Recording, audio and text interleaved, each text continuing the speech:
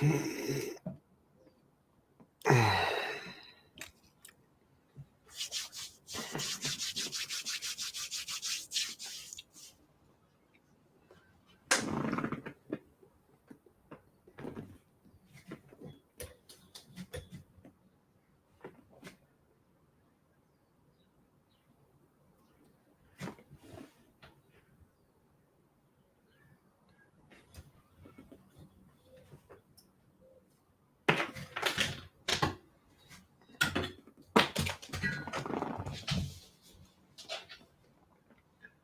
wonder if it's the plug.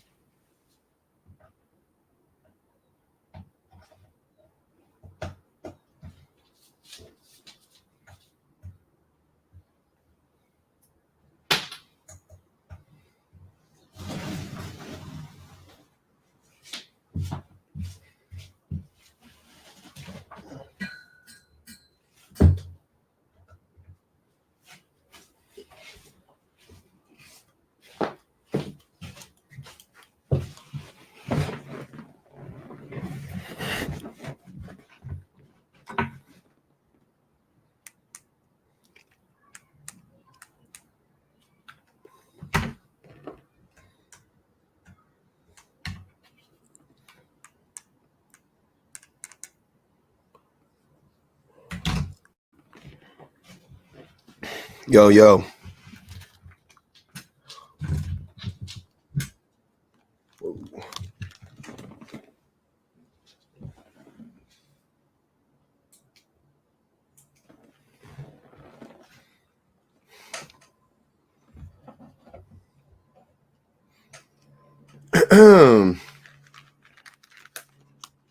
Walking around like an old man.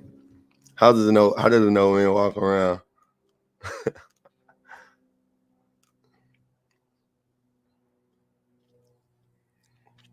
That was a weird text.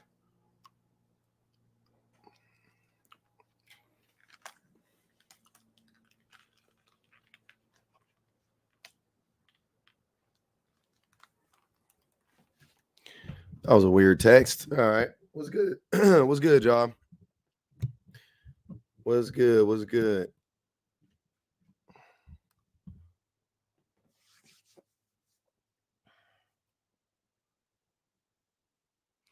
How's everybody doing, man? How is everybody doing? Good morning. Good morning. What time is it? It's 11 o'clock-ish. It's 11 o'clock. We about to clock it. Uh-huh.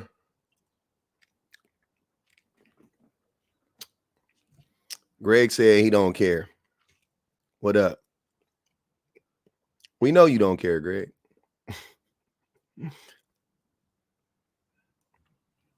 We know you don't care. 50-50 on bills. Yeah, 50-50 on bills. Yep. Yep. 50-50 on bills. So don't group us all with you. What you mean? I'm not. I know y'all. I know so often you guys act like I'm saying stuff about me. I want y'all to know something from the bottom of my heart. I don't care if something applies to me. I'm still gonna say it, right? Like I'm not afraid to say things that may apply to me, and if they do or they don't, you know what I'm saying? Like I don't care about that. But please don't get it twisted. I'm not up here projecting. Don't, like I need for you guys to really understand that from the bottom of my balls. This is not my projection onto men. This is literally what women are saying about men. This is what they're saying about us. Not what my wife is saying about me, not what not what my homies' wives are saying about them. This is not my personal observation only, even though this is a very personal observation as well. But it's also just what women are saying about men in general. It's not like I don't know how else to tell you this. I don't know how else I don't know how I don't know how else to convey this message to you guys other than just to tell you straight up and unequivocally, this is not me. Like not to say I haven't done one of these things or two of these things or maybe all of these things at one point in time, or I've never done this and I only do like this is not about me. I don't center myself in any of these conversations, right? I don't shy away from him.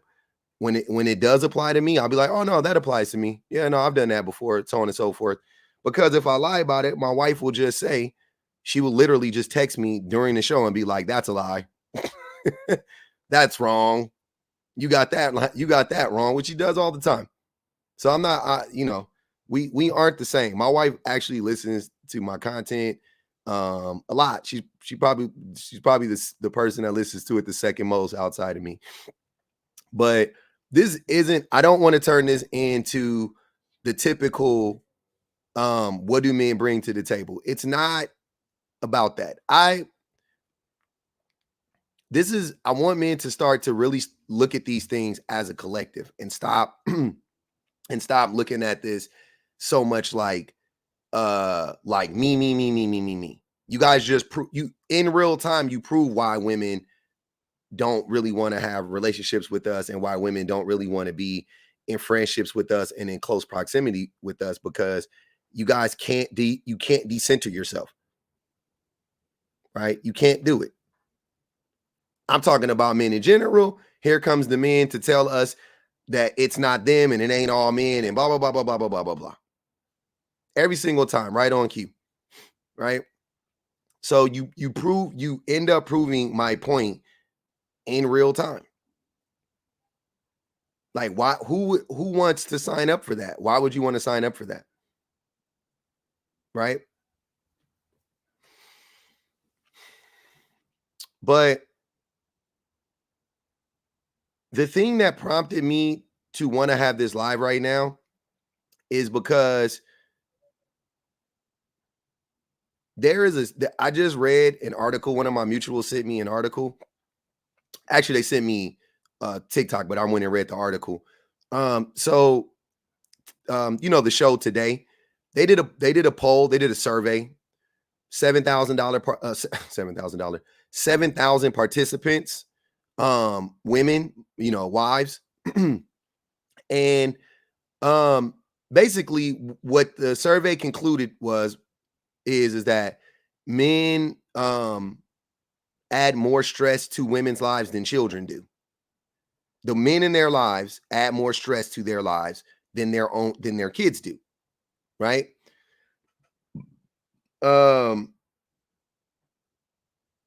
That I don't like. it's just funny because, like I said, this isn't me. This isn't my wife. This isn't my home. This is 7,000 complete strangers to me, as far as I know. Women did an anonymous survey. They have no reason to lie about it, right? They said that their husbands or spouses, boyfriends, whatever, are more of a stressor on them than their freaking kids are, right? Then I get sent a video from one of my I had already decided to talk about that. Then I get sent the video from one of my mutuals, and it's two women basically asking this question in a different way. This is just a funny way of framing the question, right? I think it's hilarious. And I just like flipping it on men because we've been the ones to historically use this as some way to, like, manipulate women. So I'm just like, hey, let me, y'all know how I am. I'm petty like that. But so men, so I'm listening. I watched this video and peep this. This is what happened in the video. This is what the women were saying in the video. I want to know from women over 35 if cohabitating with men is really worth it. It's been said before, but I'll say it again. Marriage isn't really good for women. Women don't benefit from being married to men. The comment section on this video is full of women who say this: happily married here. And I say this without weirdness, but if he dies first, and he knows this, LOL, I will not do it again. So many of the comments came from married women who claim to be happily married, who say they would never choose to live with a man again. And I think this speaks volumes about the dynamics that exist in our culture overall, right? When men get married, they expect their wife to take care of them, to cook for them, to clean for them, to take care of their children, to have children for them, and they go off and work. But in today's world, these women are also working. And so not only are they working full time, but they're also expected to care for the home and the children and do exponentially more work in the home than their partner. And oftentimes these men have been raised without the information or expectation that they'll take care of the home themselves or take care of the kids. And so even when they try to help, they need a list. They need her to tell them what to do. And it's exhausting for women. It's been shown that marriage isn't actually good for women. Women who are single do better than men. Also, having children isn't really good for women, right? We have the wage gap, the motherhood penalty, and the fact that having children can put women at a higher risk of financial troubles in the future, right? Marrying men, living with men, and having children doesn't, quote unquote, benefit women in the same way it does men, which is why so many women say they would never do it again. And that's also why so many men remarry so fast.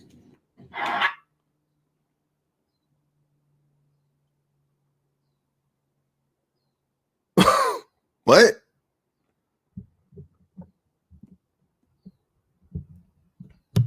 So let's do the math. You got 7,000 random women doing a survey. They're asked basically, what stresses you out the most? Your spouse or your kids? 46% of them said my spouse, the man in my life, right? The majority of them. You have this woman and this other woman. The woman asked the question, women over 35, she wants mature women who actually have been through some things, right? Not idealistic 25-year-old women. 35-year-old women, the average person gets married around 29, 28, 29 years old. So they should have 5, 6, 7 years of marriage under their belt now, right? Basically, what are the benefits of being married from the perspective of a woman? This woman who is commenting on this video, she is a married woman, by the way. She's a married woman. So before y'all, oh, you bitter single women. No. She is a married woman. So there's no excuse. I don't want to hear it. She is a married woman, right? And on her page, she often talks about the struggles of being married and stuff that her husband does that kind of annoy her and things of that nature. And, she kind of does what I do, but like from the female's perspective, I think her page is a good page to follow if you're a man, right? If you don't want to hear from me, another man, and you want to hear from a woman because you think I'm projecting as a man and all these things are just things that I'm saying, go look up this random woman who none of us know personally and listen to the things she's saying about her husband, which I'm sure are the same things that women are saying about you or a woman would say about you. One or the other. One or the other. One or the other, right? So I'm going to answer this question because there's a little friend said, title and thumbnail give off men ain't shit vibes. How does that help his brothers? I mean, if that's how you take it, then that's how you take it. If this makes you feel like men ain't shit, then maybe we ain't.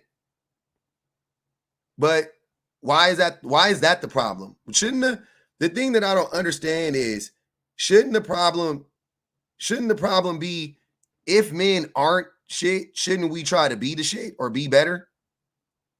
You focus on the wrong stuff. You guys want to hear somebody tell you it's okay, you're not that bad. But I'm here to tell you it's not okay and you are that bad. You're mad? That makes you upset? Because a man in the cult didn't coddle you? I'm not going to coddle you. I'm not going to coddle you. That's how does it help my brothers? By not coddling your brother. How does coddling help men? I'm very curious. How does coddling help us? How does ignoring the very real stark reality of what's going on with men, how does that help us? Me saying that men need to step up, me asking what are the pros and cons for women, getting into relationships with us or whatever the case may be, even friendships with us, right? Because if you remove STD and that's it. If you just remove that one, all of these things could also be applied to friendships too between men and women. Women, female friends can suffer DV from men because violence is definitely a threat. Still, not just because you're not in an intimate relationship doesn't mean the violence isn't there anymore. The threat of violence is still there. The neglect is still there as a friend. Misogynistic abuse still there as a friend. More labor because more emotional and mental labor is going to be put on you as a friend. Maybe even more physical labor. They're asking you to do stuff for them, taking advantage of. Still there. More stress because that's your friend, and you and men are historically stressful for women. All of these things are still there for friendships or or intimate relationships. It doesn't matter. It doesn't matter either way. Yeah, Mary, of course you don't think that men and women can be friends. You don't see women as human beings. You should stay far away from women. If you can't be friends with the woman, then you can't be intimate with the woman. I just want you to know that. To all the men that say, I don't think men and women can be friends, you also are saying you can't be in a relationship with a woman. Because you're saying your friendship has to be attached to physical intimacy. And if it's not attached to that, then you can't be friends with them. So you're telling on yourself. That's what I don't think you guys know how much of a tell that is for people like me. Like when I hear that, red flags go up fast. Men who can't be friends with women, definitely the men who say that. Oh my God. I'm like, why would you ever say that? Like, it's one thing to like try to be friends with a woman, you know what I'm saying? Or try to be friends with women and then, it's not working, whatever the case may be, right? You got some growing to do, whatever, but you're trying, or you're not like close to the idea, I can't be friends with women. You're like, no, I can. It's just, I'm having a difficult time doing it. Right. Same thing with relationships. There's a ton of people who can't get into relationships with people or stay in relationships with men or women or whatever.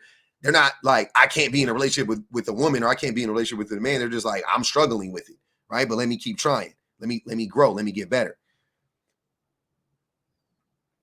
But to say that men can't be friends with women, you said everything. You're saying the quiet part out loud. I don't even think you guys realize it. But thanks for saying that. Thanks for proving my point once again in real time. Thanks for proving why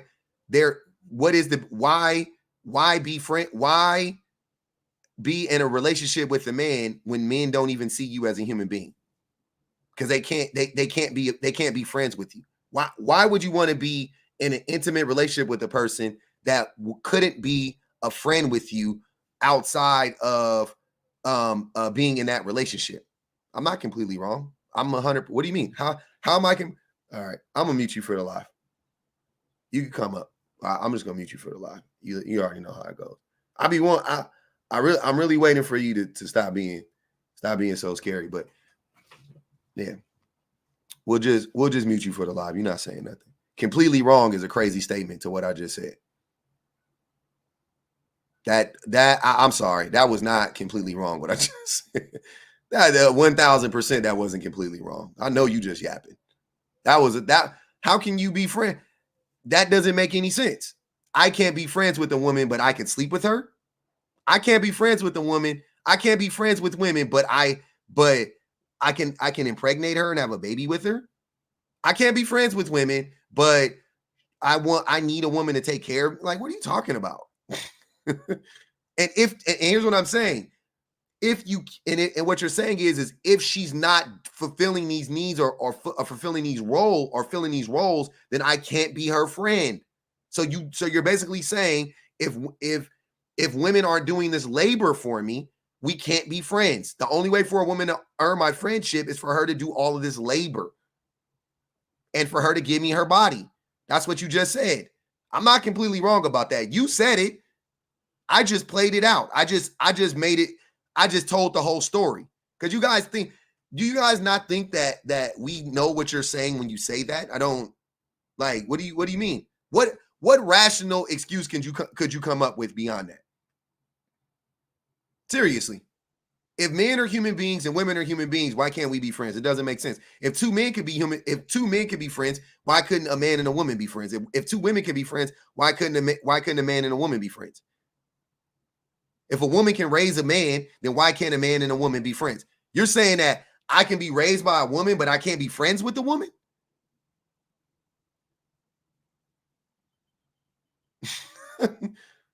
Make it make sense. Make it make sense.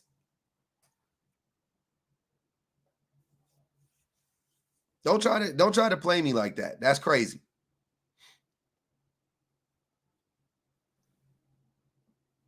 Please don't try to play me like that. That was wild. All right, y'all, 17,000 likes. Let's keep tapping. Let's see if we can get over 50 real quick. Share the live, please, to 10 people that you know. We got 260 people in here. We should have, 260 shares somewhere around there. Also, definitely keep the comments coming. I love the comments. Appreciate everybody on the YouTubes. Keep liking the live. Anyways, so I'm gonna play the video one more time. I'm gonna take it back one more time. I'm gonna have to keep repeating myself throughout the live because I definitely want to make sure that that we're all on the same page. I want to keep the continuity throughout the live. So I know there's a lot, and I know there's a lot of people who just joined the live. So let's play the video again and let's talk about why we are here, why are we having this discussion? Why are we having this discussion right now? There's an article by Today. Today did a Today Page is the woman, but Paige is how you spell it. But anyways, there's an article from the show Today where Today did a survey. 7,000 women participated in it, and in that survey, 46% of the women said that the men in their lives, that their partners stress them out more than their kids do. So when women leave the relationships, right, with the kids, and men aren't able to understand why that is, like, why would you want to leave? It's easier but it's not, though, because the man is like a big ass child. But like, here's the thing. Children like annoy you and they stress you out because you're just worried about their future. But men, and you could say adults, but men stress women out in different, like, there was one of my mutuals was hosting a live, and it was basically about how this man like spent $40,000 from this woman. They were married. It was a married couple. He spent their life savings. They were saving up to buy a home, and he spent their life savings. I didn't find out on what, I'll be honest with you, but just that alone, like, you know what I'm saying? Stuff like that, like your child isn't going to do that. Your child isn't going to spend $40,000 on Roblox. You know what I'm saying? They're not going to buy $40,000 of Robux. Oh, 70,000. Yeah. They're not going to buy $70,000 of Robux. It ain't going to happen.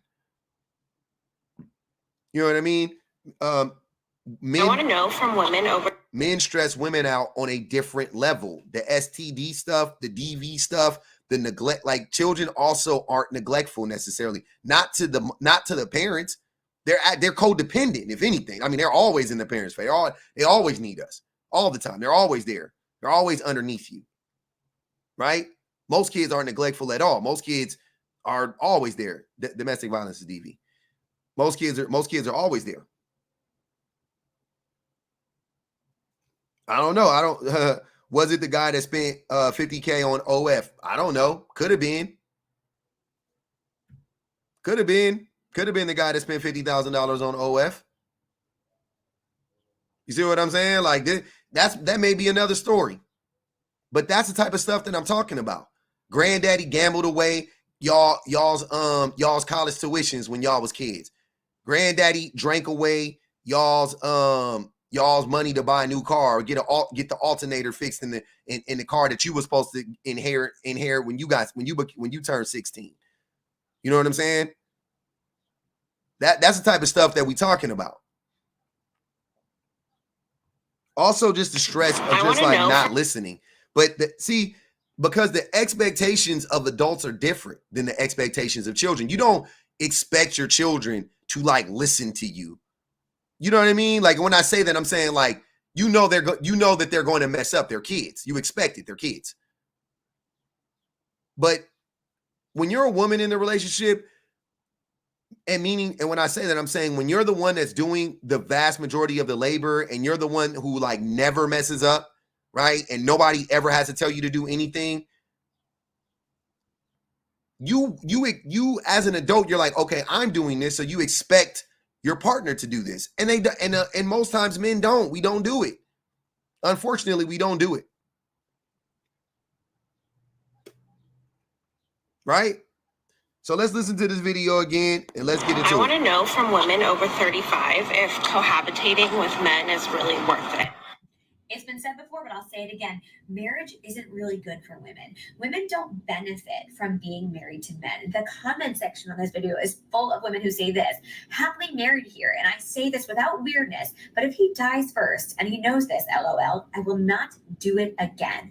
So many of the comments came from married women who claim to be happily married, who say they would never choose to live with a man again. And I think this speaks volumes about the dynamics that exist in our culture overall, right? When men get married, they expect their wife to take care of them, to cook for them, to clean for them, to take care of their children, to have children for them, and they go off and work. But in today's world, these women are also working. And so not only are they working full-time, but they are also expected to care for the home and the children and do exponentially more work in the home than their partner. And oftentimes these men have been raised without the information or expectation that they'll take care of the home themselves or take care of the kids. And so even when they try to help, they need a list. They need her to tell them what to do. And it's exhausting for women. It's been shown that marriage isn't actually good for women. Women who are single do better than men. Also, having children isn't really good for women, right? We have the wage gap, the motherhood penalty, and the fact that having children can put women at a higher risk of financial troubles in the future, right? Marrying men, living with men, and having children doesn't quote unquote benefit women in the same way it does men, which is why so many women say they would never do it again. And that's also why so many men remarry so fast. Where is the lie? Where was the lie told? Like, look, y'all don't want to believe me. Believe the divorce rates. Y'all don't want to, you guys don't want to believe me. Believe the divorce rates, man. The divorce rates be right in y'all face. Y'all cite them every time it's convenient for you, but then you don't actually connect the dot. You don't want to believe me. Believe the divorce rates. It's actually documented that women think like this, that this is what's going on. You think they're making this up in their minds and they're leaving these delusional, they're leaving these relationships because they're delusional? I know some of y'all gonna say, yeah, that's not it. That's not it. It doesn't benefit them. That doesn't make sense. And if they left, here's what I'm saying, man.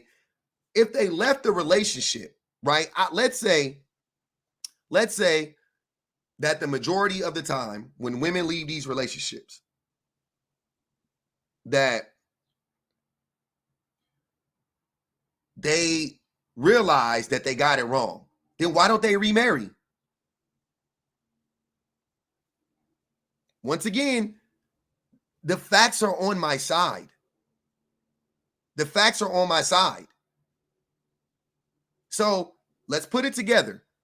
You have the divorce, you have the vast majority of divorces being filed by women. Not driven by women, but filed by women, right? Which tells me that men are the ones for the cause. Men cause the divorces, because why would a woman leave a good man, right? Cool. So we got that down. Now, but to the, oh no, yeah, women just get tired one day and they wake up and they, okay, cool. So let's say that happens to half the women or the majority of the women that divorce, whatever the case may be. Then why isn't, then you would also have to explain why women are far less likely to get remarried than men are. That's what I'm saying. Like, it's not tracking. It's not tracking. Also, numbers on my side. The single women are doing better than married women. They're happier than married women. Now, when I say this, I say all of these things with love. That's the thing. I know I'm a jerk. I'm very abrasive, but I'm not saying this stuff because like I hate men or anything like that. I love us. I just want us to be better. So when I say this, I'm gonna hold y'all hand. This is why I tell y'all men are not needed in the home. Look, you guys have to finish the sentence. You have to finish the statement or finish the thought, right? Especially when it comes to child rearing. Fathers aren't needed. Why aren't fathers needed? Because fathers stress the mothers out. And we all know,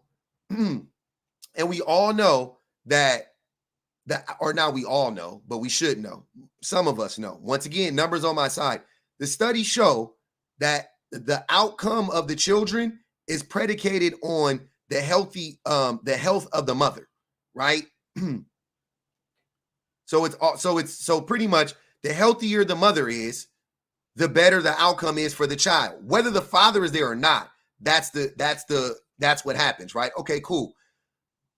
So let's put it all together. This is how you put all the pieces together. Because a lot of y'all ask me for, where's the study that proves that? Here's how it works. So you put everything I'm saying together. Now couple the 7,000 participant survey where 46% of the women said that the men stress them out more than the kids do.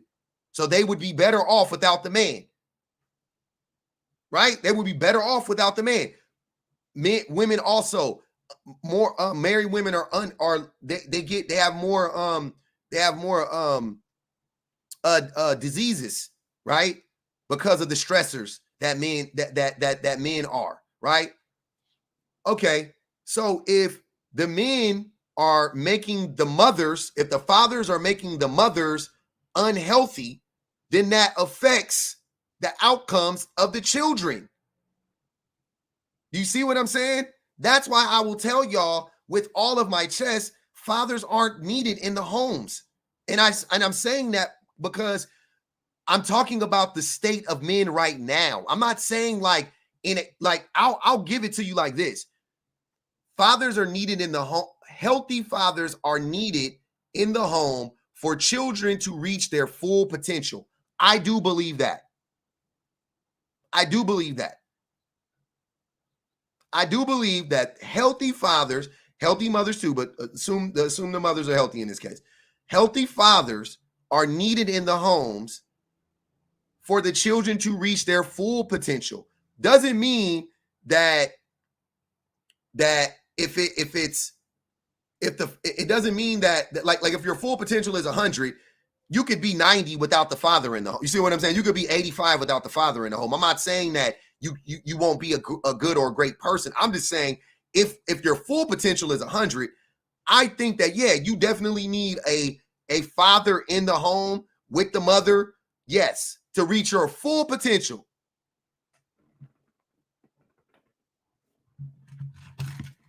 Uh-oh. Live went out on the YouTube, y'all, because my phone died. Forgot to plug it up. Sorry. Live went out on TikTok. Sorry, not YouTube.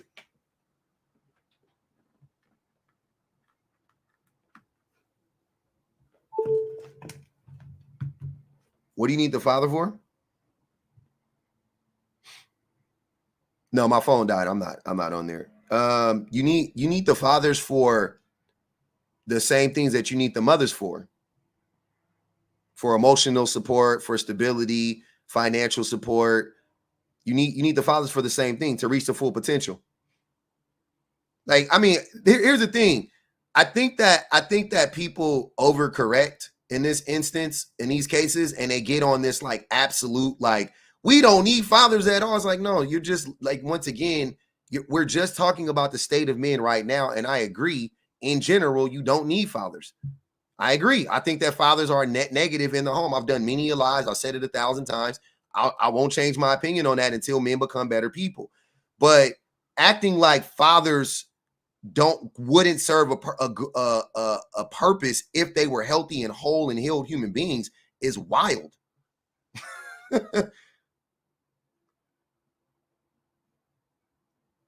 You guys don't know what the full potential of a child is. We don't know.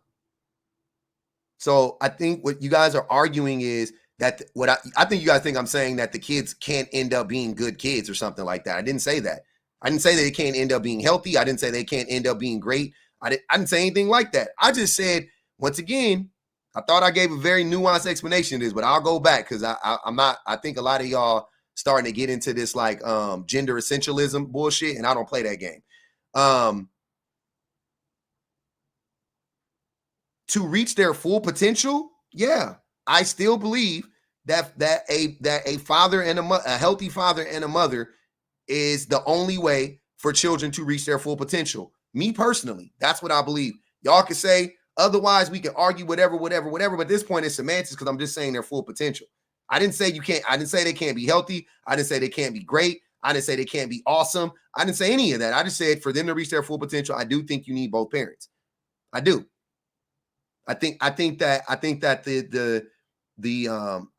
anxiety is there from not having a father sometimes, most of the time, whether it shows up, you know what I mean?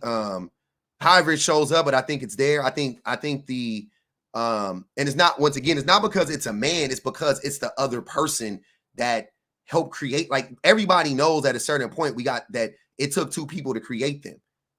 And at some point, people start to question, why isn't that other person here if that other person isn't here? That's what I'm saying.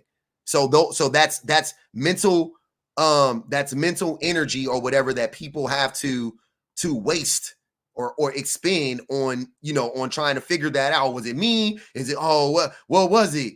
You know what I'm saying? Like, and that happens the majority of the time. Like, so that's what I'm saying. So if a father is there and he's healthy and whole and he's contributing, what the hell? What's going on? Midnight Snack said, active fathers are great to have, but studies do show that if the mother has a good support system, and that doesn't have to include the father, her children can have good outcomes. Once again, there's no debate here.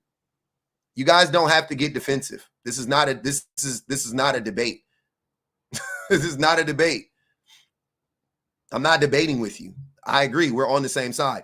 The only part that I disagree with is people acting like, what do you need fathers for? Like, that type of shit. That's weird. I think that's weird to me. I think that's a very weird approach. I think that's where we get into the whole like gender essentialism. Like, well, you don't need to make, like, that's weird. That's what I'm saying. I don't agree with that. Like I said, if you just said, do you need Do you need a father to raise healthy kids? Nope. I actually think that you're better off without the father, the way that most men are right now. I honestly believe that. Outside of the financial stability that men often provide, financial stability, outside of that, I don't really see much of a need for the men in, that be raising kids nowadays, because we are abysmal when it comes to raising kids because of our misogyny, right? So yeah, I'm not, you ain't, there's no argument there for me.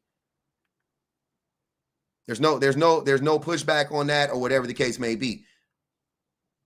I was making the point that a lot because a lot of men will be like, you need fathers in the home, you need fathers in the home. And I go, okay, I'll play your game. Yes, you need fathers in the home for the kid to grow up to live, to have to realize their fullest potential. Yeah, I agree with that. But most of us don't need to realize most, you know what I mean? Like, people don't necessarily need to realize their full potential to be good people or be great people. That's what I'm saying. So I'm not, it's not, you don't, it doesn't have to be an either or thing.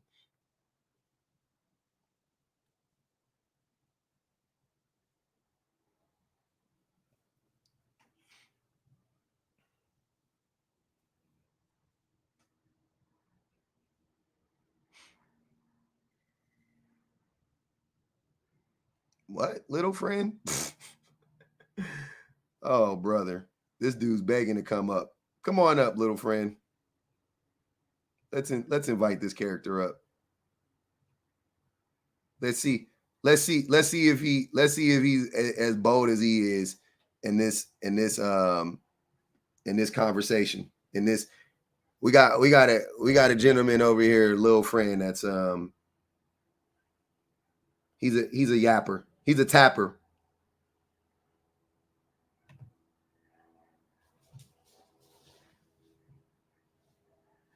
Let's invite little friend up. There goes the link to the StreamYard, little friend.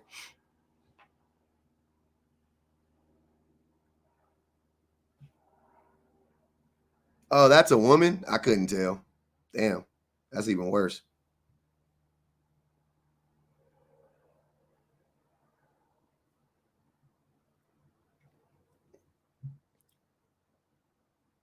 That's even worse.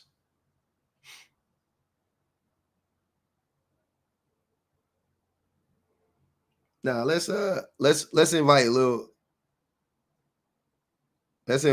friend up. Oh, it's finally some fun. I don't like that. Appreciate you, Africa Davis. Yeah. Oh yeah. I know. I fixed it. We back. We back on TikTok. Sorry about that.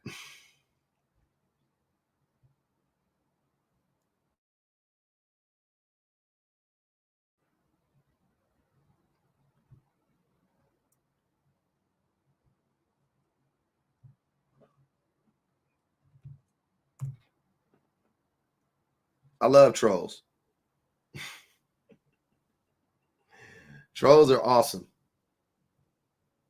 The thing is pretty much I would say 90% of the people that come up on my panel that disagree with me are trolls. They don't really have like a strong like point, or you know what I mean? Like they're not, you know what I mean? Like they don't really add much to the conversation. You know what I'm saying?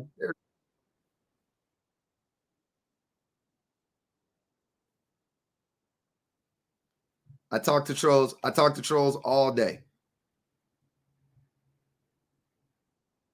We'll put the StreamYard link up there for you. Come on up, little friend. Let's have a little discussion.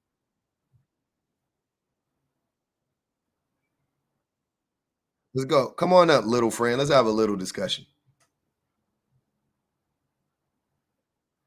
Let's see if little friend comes up. I bet anything they don't come up.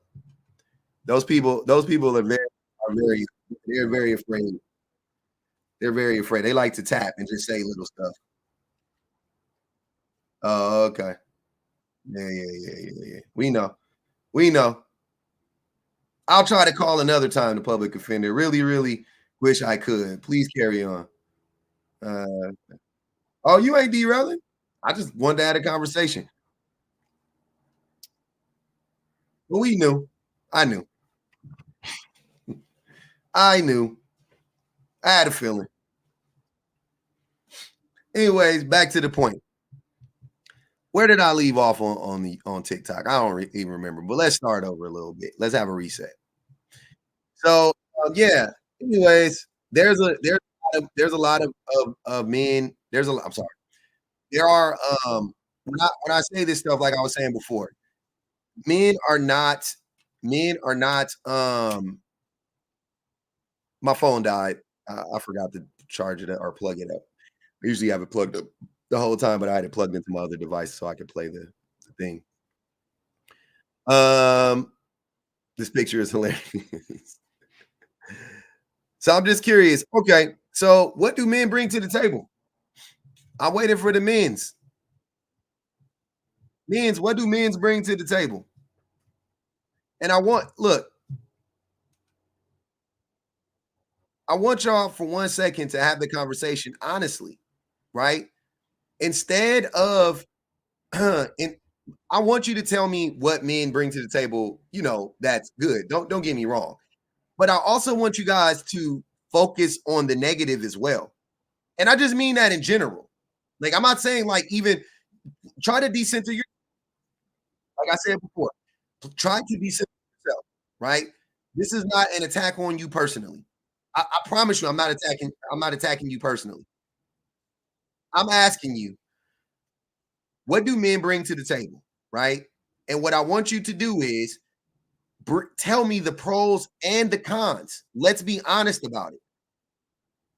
Tell me what women are saying in what are you hearing from so many women? What are women saying about it that we are we're cheaters? That's something we got to add to the con list. I didn't make the list that long, right? I didn't make the list that long. The list could have went all the way. The list could have wrapped around the block. The list could have wrapped around the block.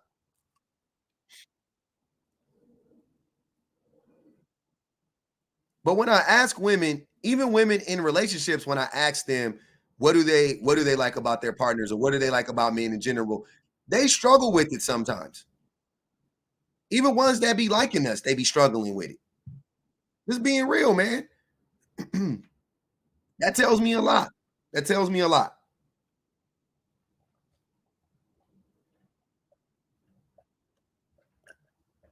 The pros, the cons definitely outweigh the pros. And that's the point. And the pros aren't even great. It's like companionship, somebody to grow old with. Like, okay, but what does he actually do for you though? Like, how does he actually make your life better? You know what I mean? But women can quickly name how men make their lives harder. And it ain't because they're focusing on the negative, it's just because that's the thing that's the easiest thing to recall because that's the shit that's happening the most. They can't remember the last time you've made their life easier. That's what I'm saying. It's like, when was the last time your spouse or your boyfriend or your ex-husband or whoever, when was the last time a man made your life easier? Let's ask that question in that way. Okay. When was the last time a man made your life harder? Oh, yesterday when my husband didn't pick up the kids from school on time and da da. Oh, okay. Last week when my husband did da da da. Oh, okay. Last da da da. When the father of my child didn't show up to pick up the child on time, or they stayed 2 days late on their business trip or what their business trip. They were supposed to be back home on Monday, but they came back on Thursday. It's like that. I told him, or when I told my husband to pay that ticket last month, he didn't pay it, and now it jumped up 50%. Now we're paying, instead of paying 75, now it's 110. You know what I mean? Like, it's a lot of that going on. It's a lot of that happening from what I'm seeing. From what I'm seeing. So what I'm trying to find out is where where are the pros at for men? Where are the pros at? Let me know. Tell me where all the pros are at for me. I could do a laundry list of things for women, by the way. For anybody wondering. For for it goes both ways. There's a laundry list of pros that women statistically, like, not stuff that I have to make up, not like these aren't things that I like objective truths. Like, these are like real life documented, you know what I mean?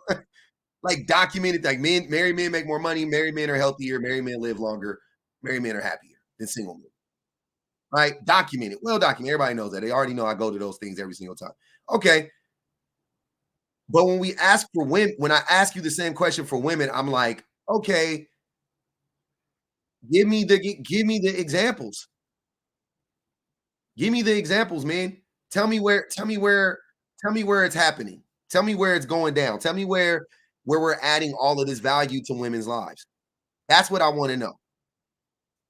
Right? This is y'all chance. This is y'all chance to come up here and cook me and tell me all the things that men do for women.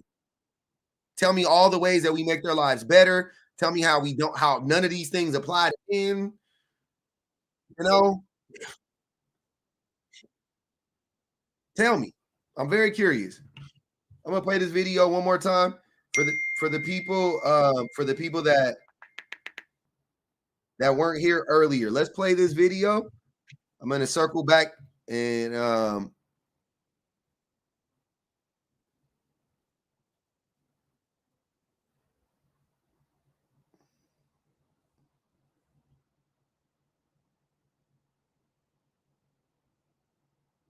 I'll play this video. Come on up, Artemis. What's amazing about it?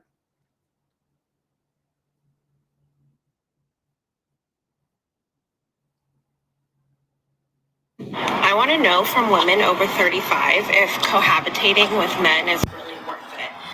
I've said it before, but I'll say it again. Marriage isn't really good for women. Women don't benefit from being married to men. The comment section on this video is full of women who say this, happily married here. And I say this without weirdness, but if he dies first, and he knows this, LOL, I will not do it again. So many of the comments came from married women who claim to be happily married, who say they would never choose to live with a man again. And I think this speaks volumes about the dynamics that exist in our culture overall, right? When men get married, they expect their wife to take care of them, to cook for them, to clean for them, to take care of their children, to have children for them, and they go off and work.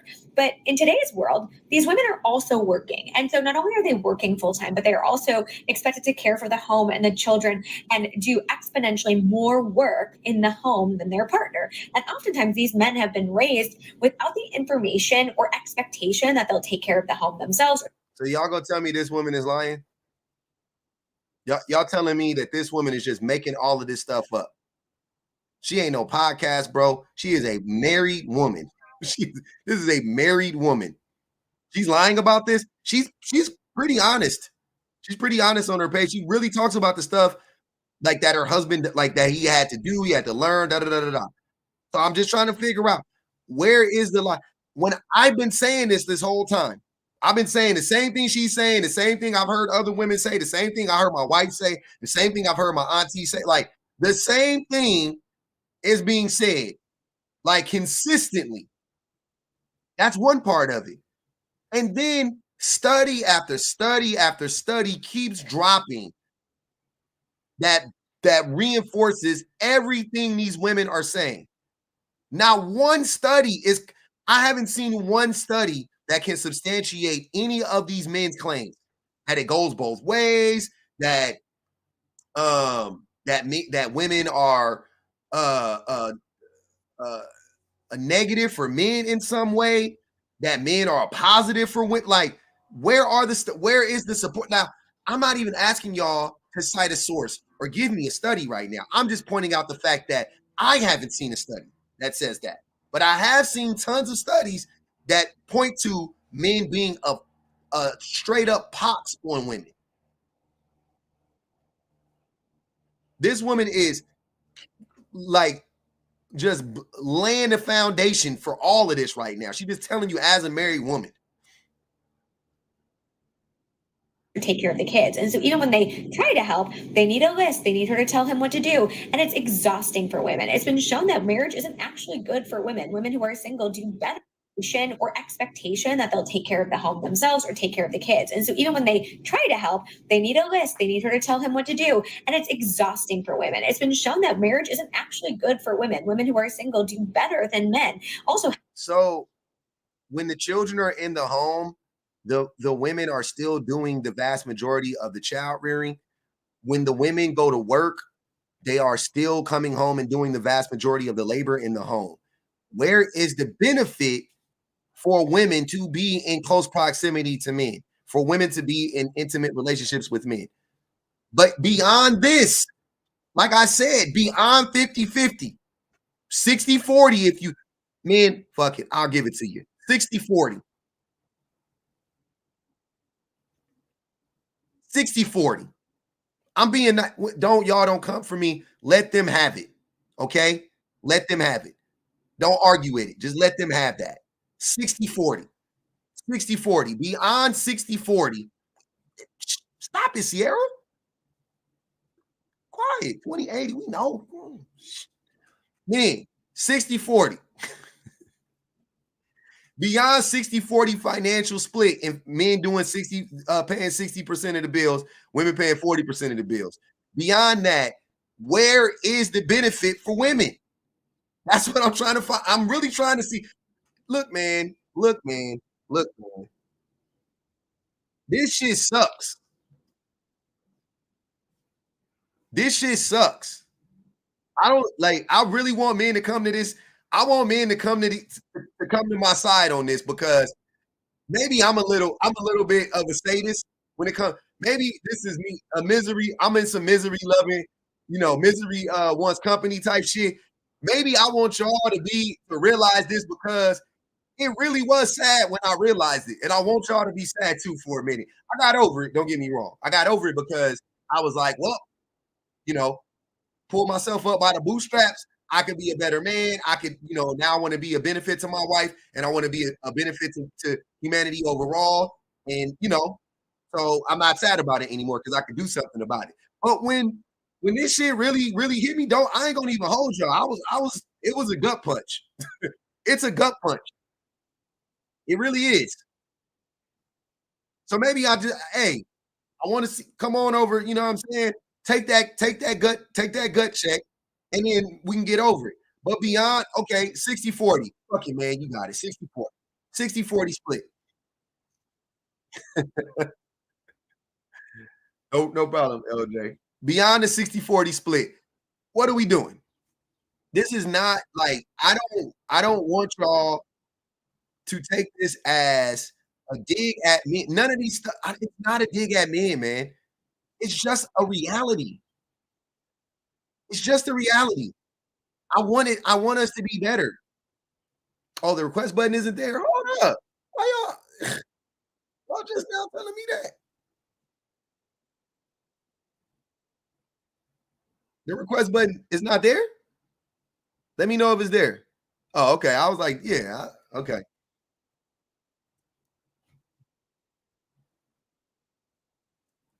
Oh, some women are saying that it ain't, and some women. That's weird.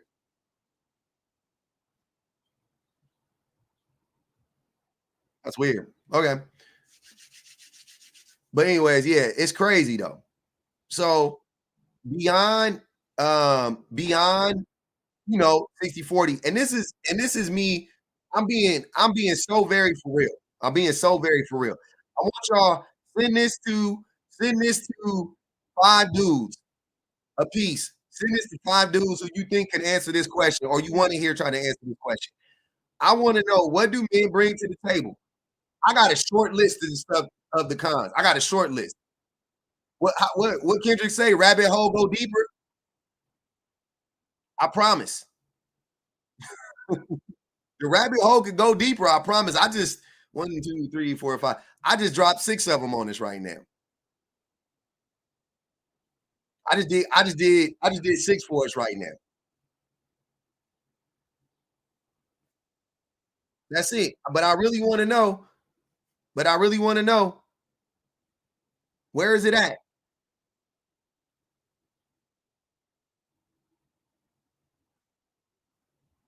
You gotta see. You get in trouble. That's crazy. What I forget, babies? No. I ain't forget no. The kids ain't even in there. Hold on. Hold on. I got somebody in the thing over here. I don't think we can hear. Greetings. Can you hear me? What up? Hold on. All right. Let's see if I can hear you now. Can you hear me, Pub? I can hear you. But they hold on, wait. I got an idea. I got you.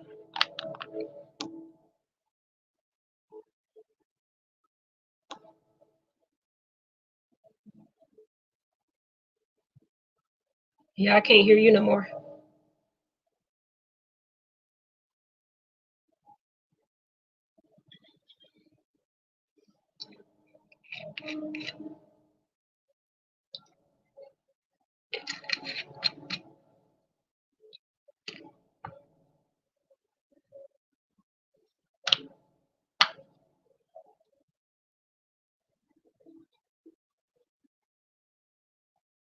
I still can't hear you. It says you have your mute icon on.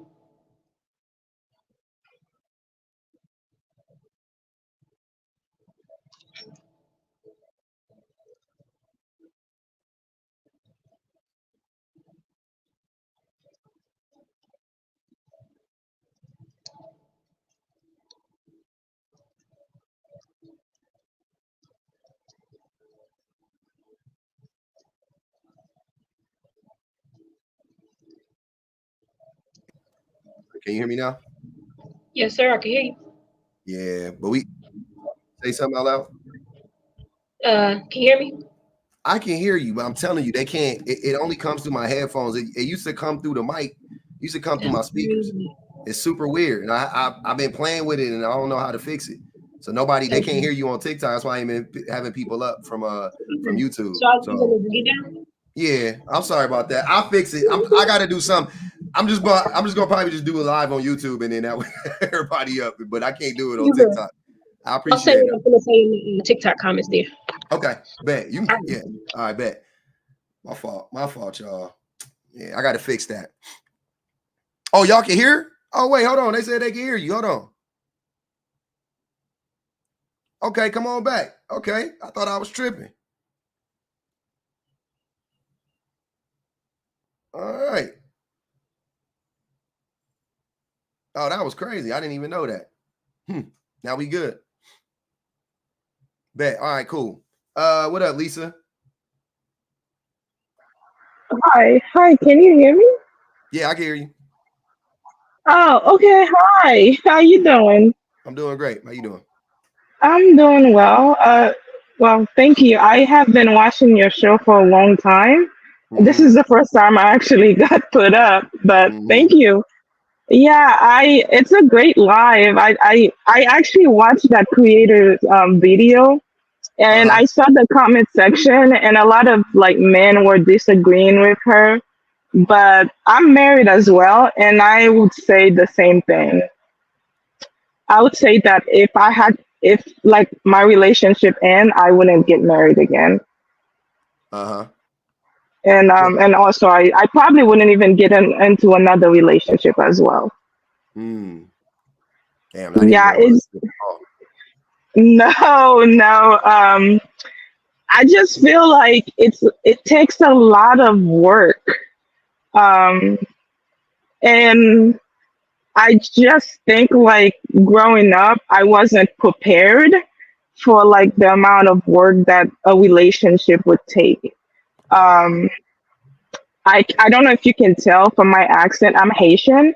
So growing up, there's like this, boys do boy stuff, girls do girl stuff. And like as girls, they always like they taught us to do domestic labor and all that stuff.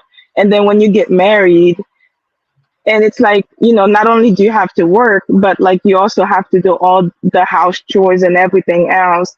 And then if you say something, then, you get told you're nagging, you're complaining and all that stuff. So I wouldn't do it again.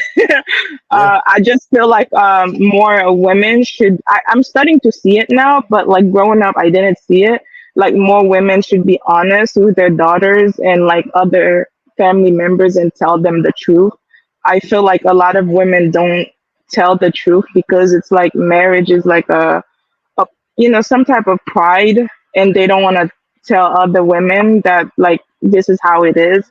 And then we come into the marriage thinking that the man is the same as us, not necessarily like body parts, but like they can function, like do the things, and we don't have to tell them. But nope, it's not like that. So I wouldn't Unfortunately, recommend it. not enough men, they reciprocate that energy that women give, that women put into the relationship. So, but I appreciate you coming up, Lisa. Good luck. Hopefully your husband grows and changes your mind on that, and then starts to contribute more. Yeah, thank you. No problem. All right, now I gotta hold my headphones back. Let me get my headphones. That was hurting my arm. That's why. All right, amazing. What's good, man? How are you? How are you, brother? I'm doing good, man. I'm doing good. Hold on, let me turn this up. Maybe this mic is low too. Okay, so you made an interesting comment. What were you saying? You said women naturally want leaders. Yeah, it's in a woman's nature to want to be led by a man, and that's just a fact. There's no way around it.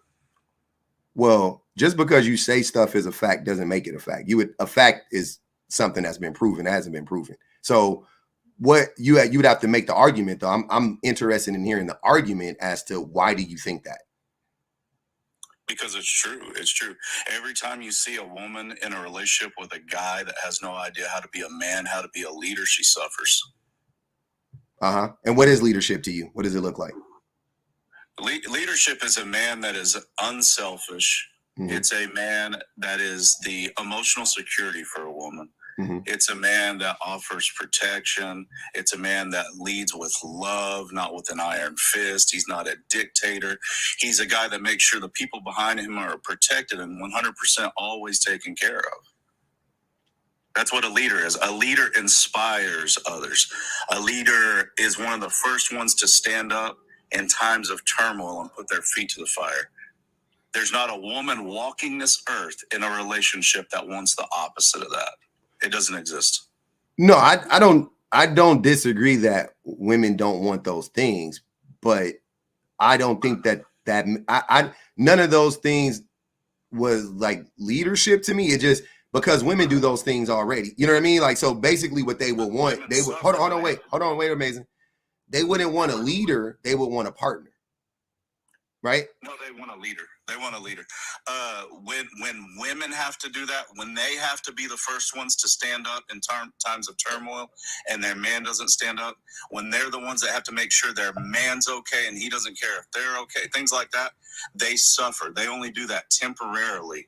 They can do that for short term. Men are built to do it long term, which is why when a woman's in a relationship with a guy that doesn't have a job or maybe he's finishing school, she stays there. She does that temporarily. They're not built to do it long term. And what I would ask you, because I see in your prompt here, what do men bring to the table? And you're listing cons. Who taught you that men are domestically violent? Who taught you that men are neglectful? Who taught you that? That's a man. That you can look at a man that is abusing somebody and say, now that's a man. Well, science taught me that. What do you mean science? They're adult males. Do you think that an 18-year-old, right when they turn 18, they're now a man? Oh, if you're going to get into the game of like, you're not a man until I don't care about that. You can say whatever you want to say. True. I'm just telling you, I'm not arguing that. I don't even care that's irrelevant. Okay.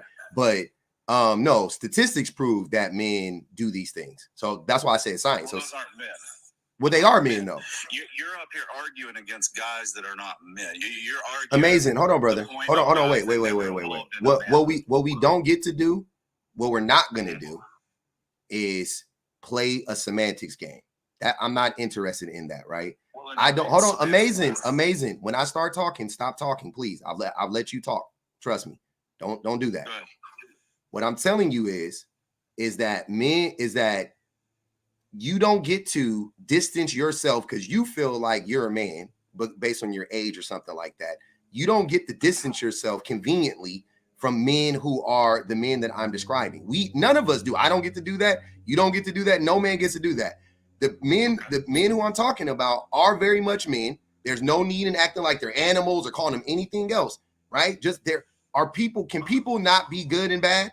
Are there not people who are good and people who are bad and people who are evil and people? Okay, cool. Then so can men. So there can be bad men and good men, right? Can I include all women with hookers then?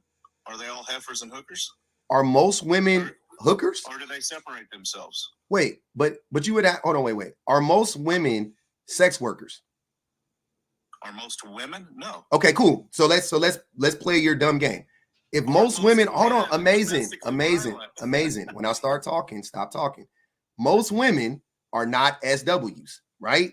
Now, okay. I got another question for you. Have most men dealt with an SW? Most men? Mm-hmm. I have no idea. I'm saying guess. If most women, let's do the math. If most women aren't SWs, then it's safe to assume that most men haven't dealt with SWs, right?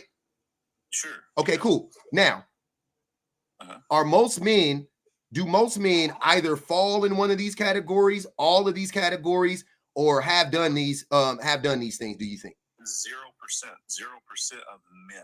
Yeah, I'm not playing that game, bro. Men, yeah, men. Sorry, brother. That's how I work. I know, because you play a stupid. Amazing. Hold on, brother. What you're doing is you're trying to play a dumb game that I'm not interested in playing. I'm going by the definition, not by amazing definition of men. Hold on, brother. I'm not, brother. Y'all got to really stop with I don't care about those terms. They don't bother me at all, right? I'm not a beta or sigma or alpha. I don't give a fuck about any of that stuff. I'm a beta. No. What I am is I'm a human being, right? And you're uneducated. So that's the difference. You have an educated person and an uneducated person. I'll be an educated beta versus an educated sigma. Look, sir, hold on. I'll be an educated beta.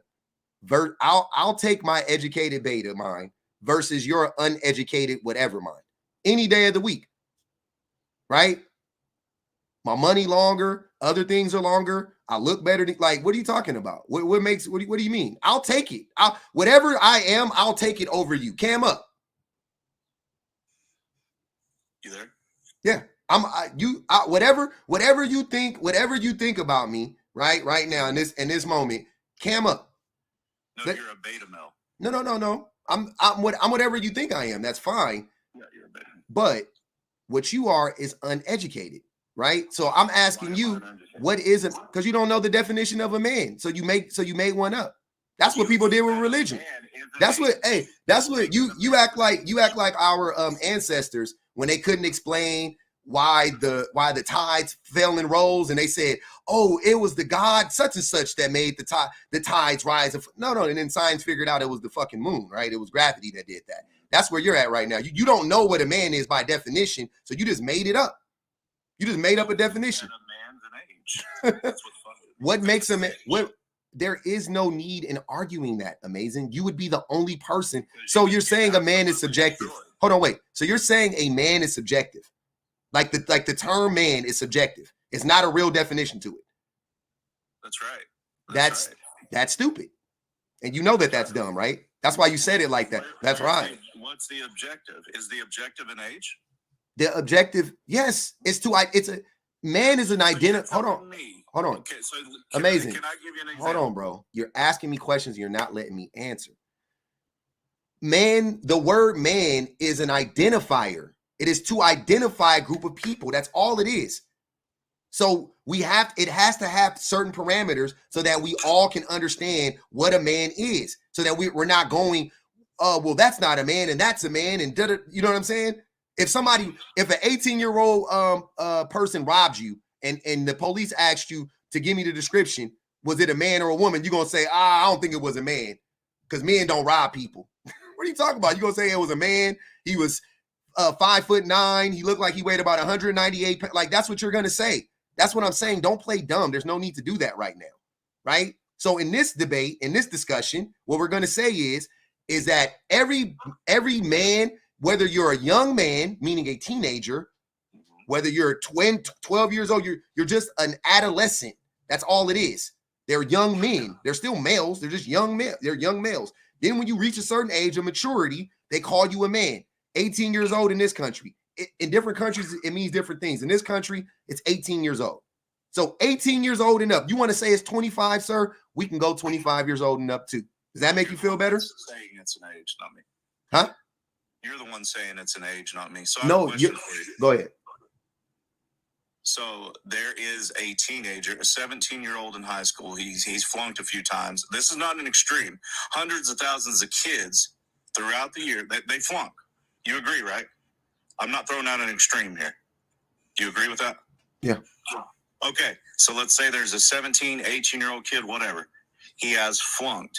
He's addicted to video games. He's addicted to pornography.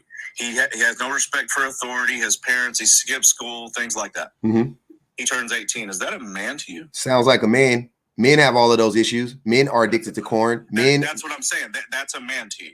Yeah, that's a man. He's just a man that's addicted to corn. That's what I'm saying. Are you trying to act like men was Mussolini a man? No, I'm gonna get to my. Hold on, wait, amazing. Wait, amazing.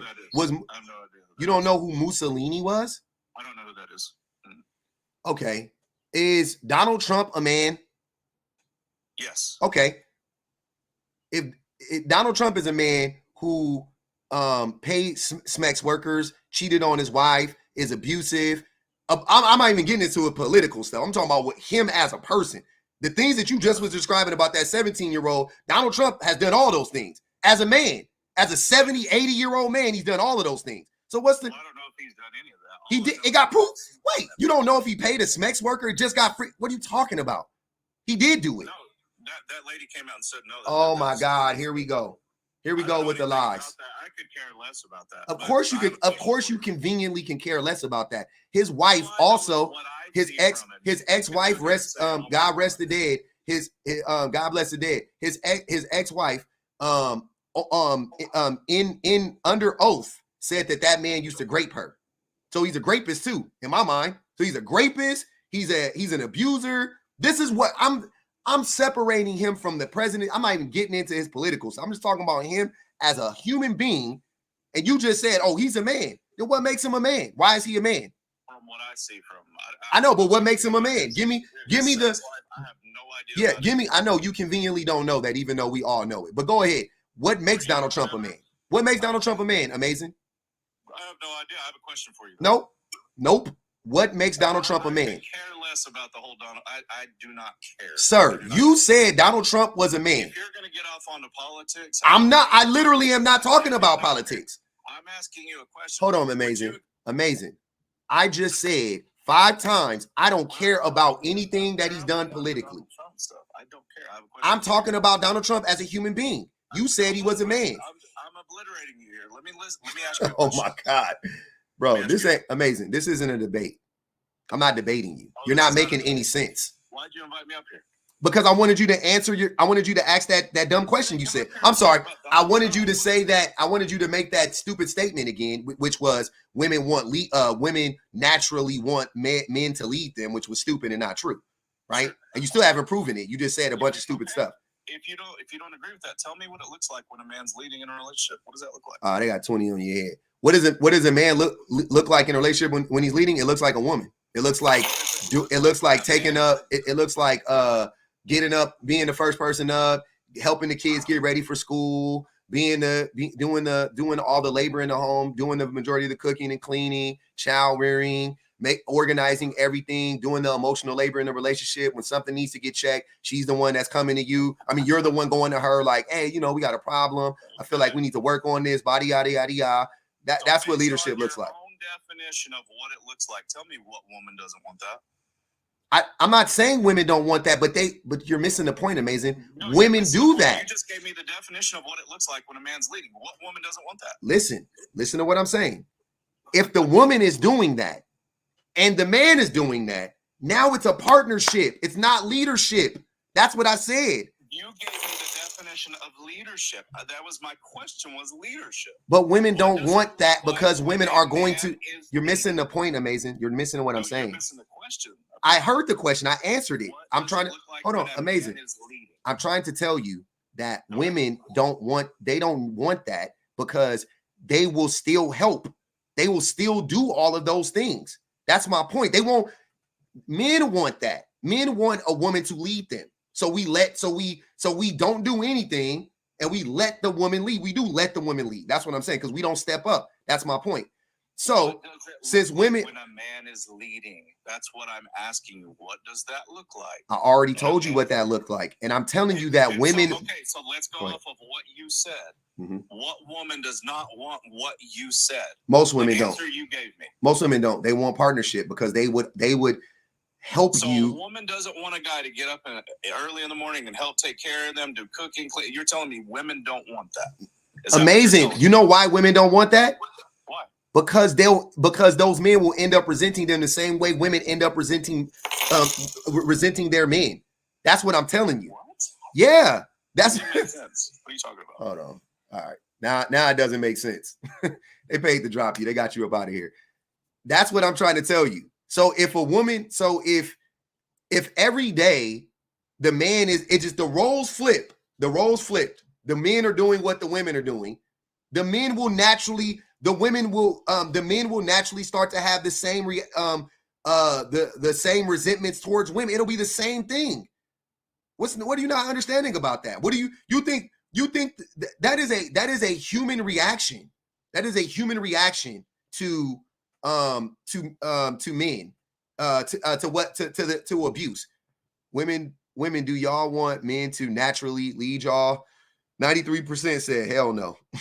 6.9% said absolutely. Some women do want leadership like in that way. But like I said, I don't believe that most women want that, because, and what I'm saying is I think that it would just end up being the same thing in reverse. It would just be men. It would be men would pick up the mantle of leadership. Men would be the ones helping with the kids. Men would be the ones, helping with the child rearing duties and all of that stuff. And then eventually what will end up happening is the men would end up resenting the women. Because who the hell wants to do all of that? The women are doing it because they have to. Like, what are you talking about? They're doing it because they have to. And when I say they have to, I'm saying if they don't do it, the men won't. If they don't do it, the men won't. So in a quest to keep the peace and a quest to have a happy, to have a happy household or whatever, the women fulfill the needs of the house. They don't want to do that. They don't want to be a leader. Who the hell wants to do that? True leaders don't want to be leaders, bro. They don't like it. Because leadership looks like servitude. It doesn't look like telling people what to do when it's convenient. It looks like you doing the work, you starting everything, you thinking about everybody all the time. Like, nobody wants to do that. That's what I'm saying. And what I'm saying is most women understand what leadership looks like. So I don't think most women want a man to lead them, because they know, I know what it feels like for a man, for me to do all of this stuff. So guess what? I'm going to help. So they're looking for a partnership, not leadership.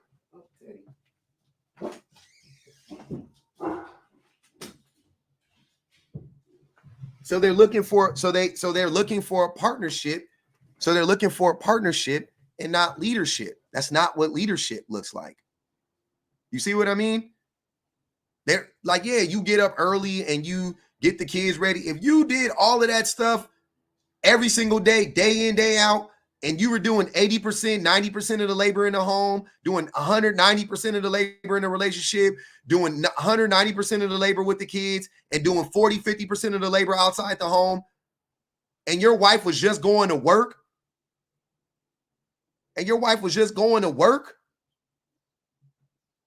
what do you think would happen? What do you think would happen? I don't understand how, what do you think would happen? Seriously. We would be burnt out. The women would get We would take it out on the women. We would be rejecting smecks. We would be the ones faking headaches at night. You know what I'm saying? We would be the ones faking headaches at night. It would be us. Yeah. It would be a complete 180. Like, why do y'all think that it would be any different for me? We are humans. Any humans that do that, that's what any humans that suffer, like, they're gonna react the same way. You think we're different? You think we're this slow poke is talking about men are built for that. We're not. If we're built for it, why aren't we doing it? You guys say the most obviously wrong things. Men are built for that. If men are built for it, then why don't we do it? If men are built to be leaders, then why aren't we leading? If women want to be led, why is it so hard to get women to follow us?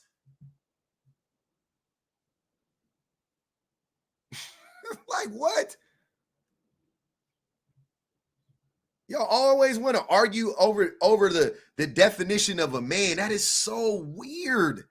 Do you not understand how weird that is?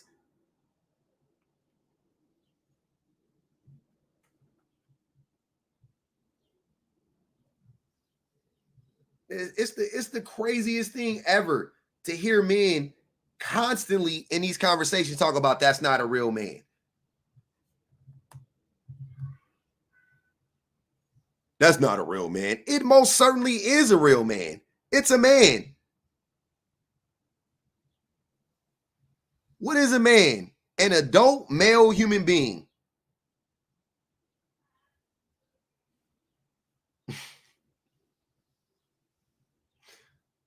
An adult male human being. What is an adult? It said a man is an adult male human being.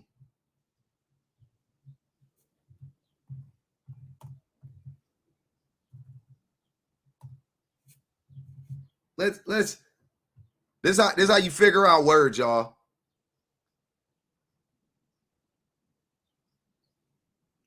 A person who is fully grown or developed. Okay.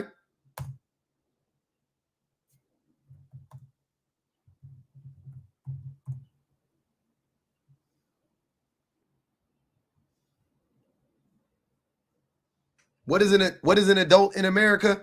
Like I said, let's say it's 20. Hey, I'm not even gonna hold you. Let's say it's 25. Let's say an adult in America is 25 years old. Most people don't get married until they're 29.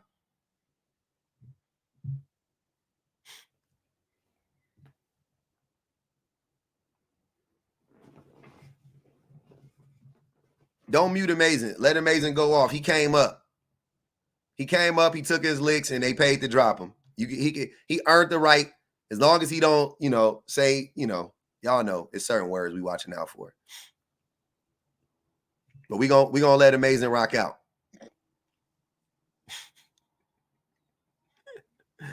We know Amazing's a red pillion. Talking about you're a beta. Brother, I don't care.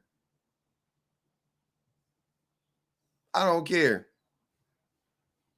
Who cares?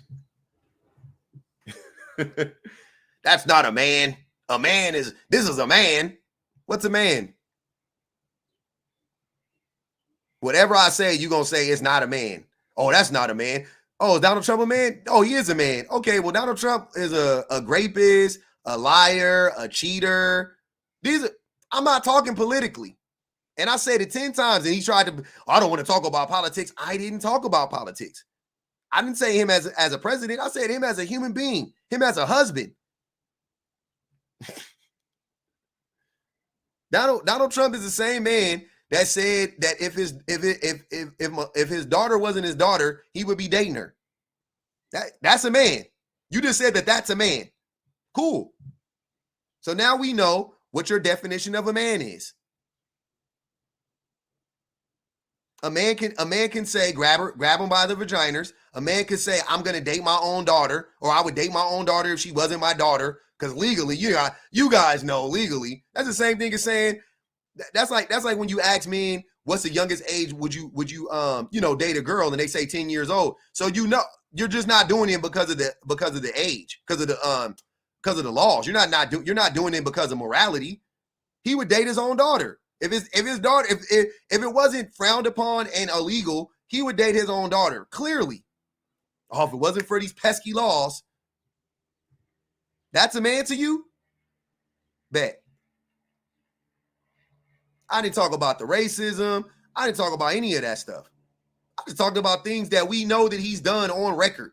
Cheated on his wife multiple times with the SW. So he pays for vagina. His wife herself was an SW, by the way. Allegedly.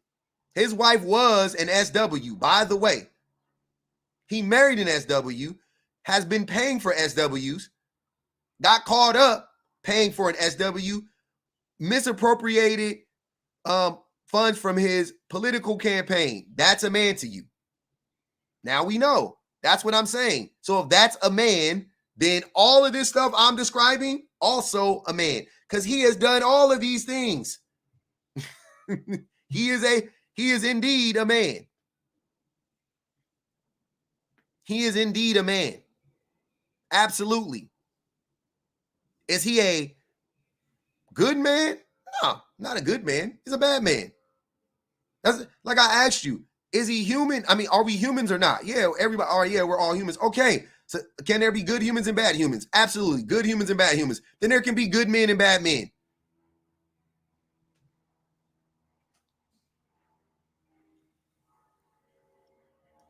Amazing. Go find you a woman to lead, brother. If women yearn to be led, why don't you go find you a woman to lead? Why don't you go find you a woman that is willing to allow you to lead? And here's what I want you to do. When you find this woman, I want you to take, both of you guys sit down, take an IQ test, right? First and foremost. Secondly, I want both of you guys, I want you to compare your levels of education, right? And if her IQ and level of education is higher than hers, she's not the one for you to try to lead. You got to find somebody. You know what I'm saying? I'm just going to tell you that right now. I'm just going to tell you that right now. You got to find somebody else to lead. Okay? Go on and make sure you find somebody else to lead, brother.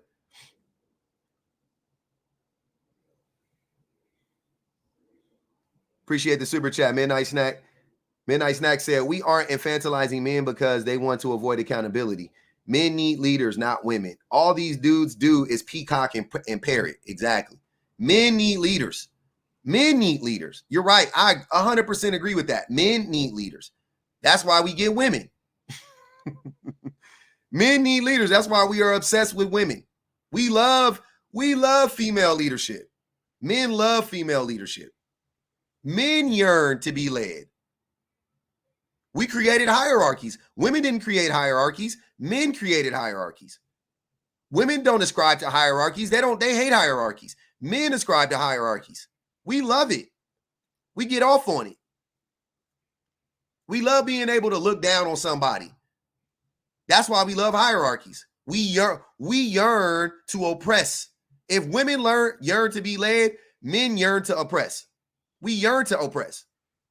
We don't really yearn to lead though, because leadership looks like servitude, and most men aren't really in the business of serving. We don't really like serving. We don't think serving serves us, right? So we don't really like serving.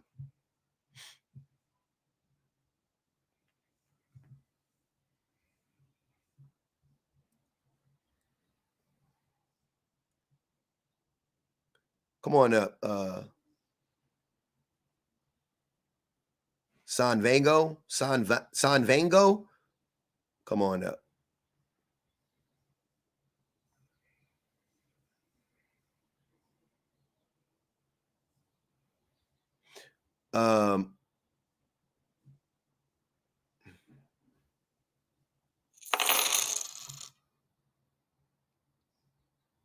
Hold on. Lithium said, for men F it up for other men can't be accountable. Men F it up for other men and can't be accountable. Exactly.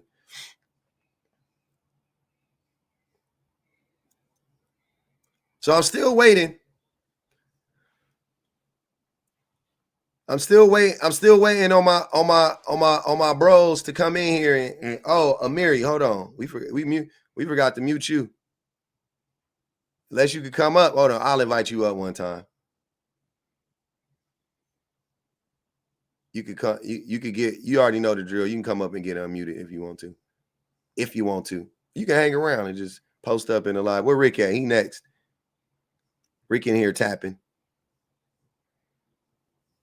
What Rick in here yapping about? Let's see. Let's see, Rick. Let me find you. Let me find you.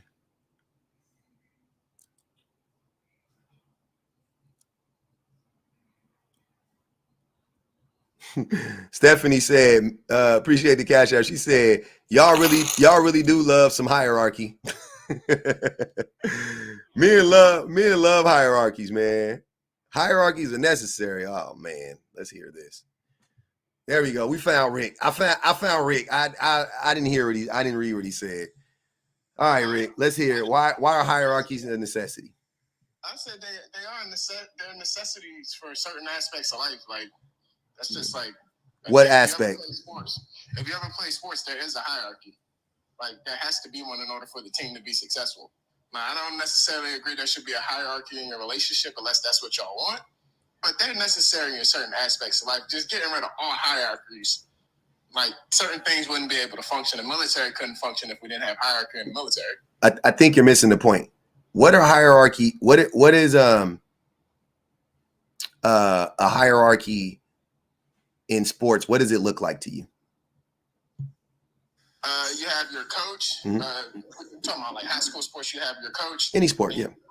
Huh? No, I'll say any sport. Doesn't matter, yeah. So, like, would you say high school sports? You have your team coach, you have your coach, and you have the captain of the defense, captain of the offense, and each unit of the team has its own like set of coaches. So it comes down from the head coach what he wants each unit to do. Mm-hmm. Those coaches relay that to the coaches, to the captains of those particular units, and then they relay that message to the rest of the team. Mm-hmm. That's how it goes. And I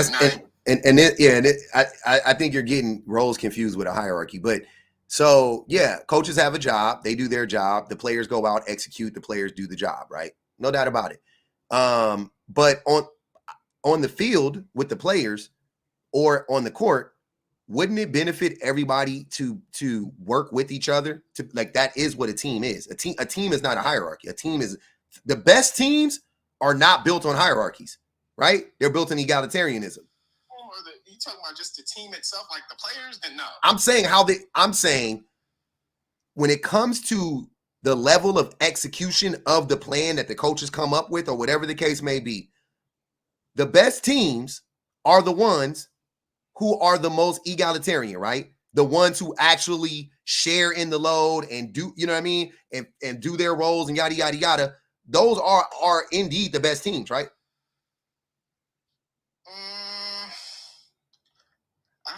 It's hard for me to say that though, man. Because you capping now.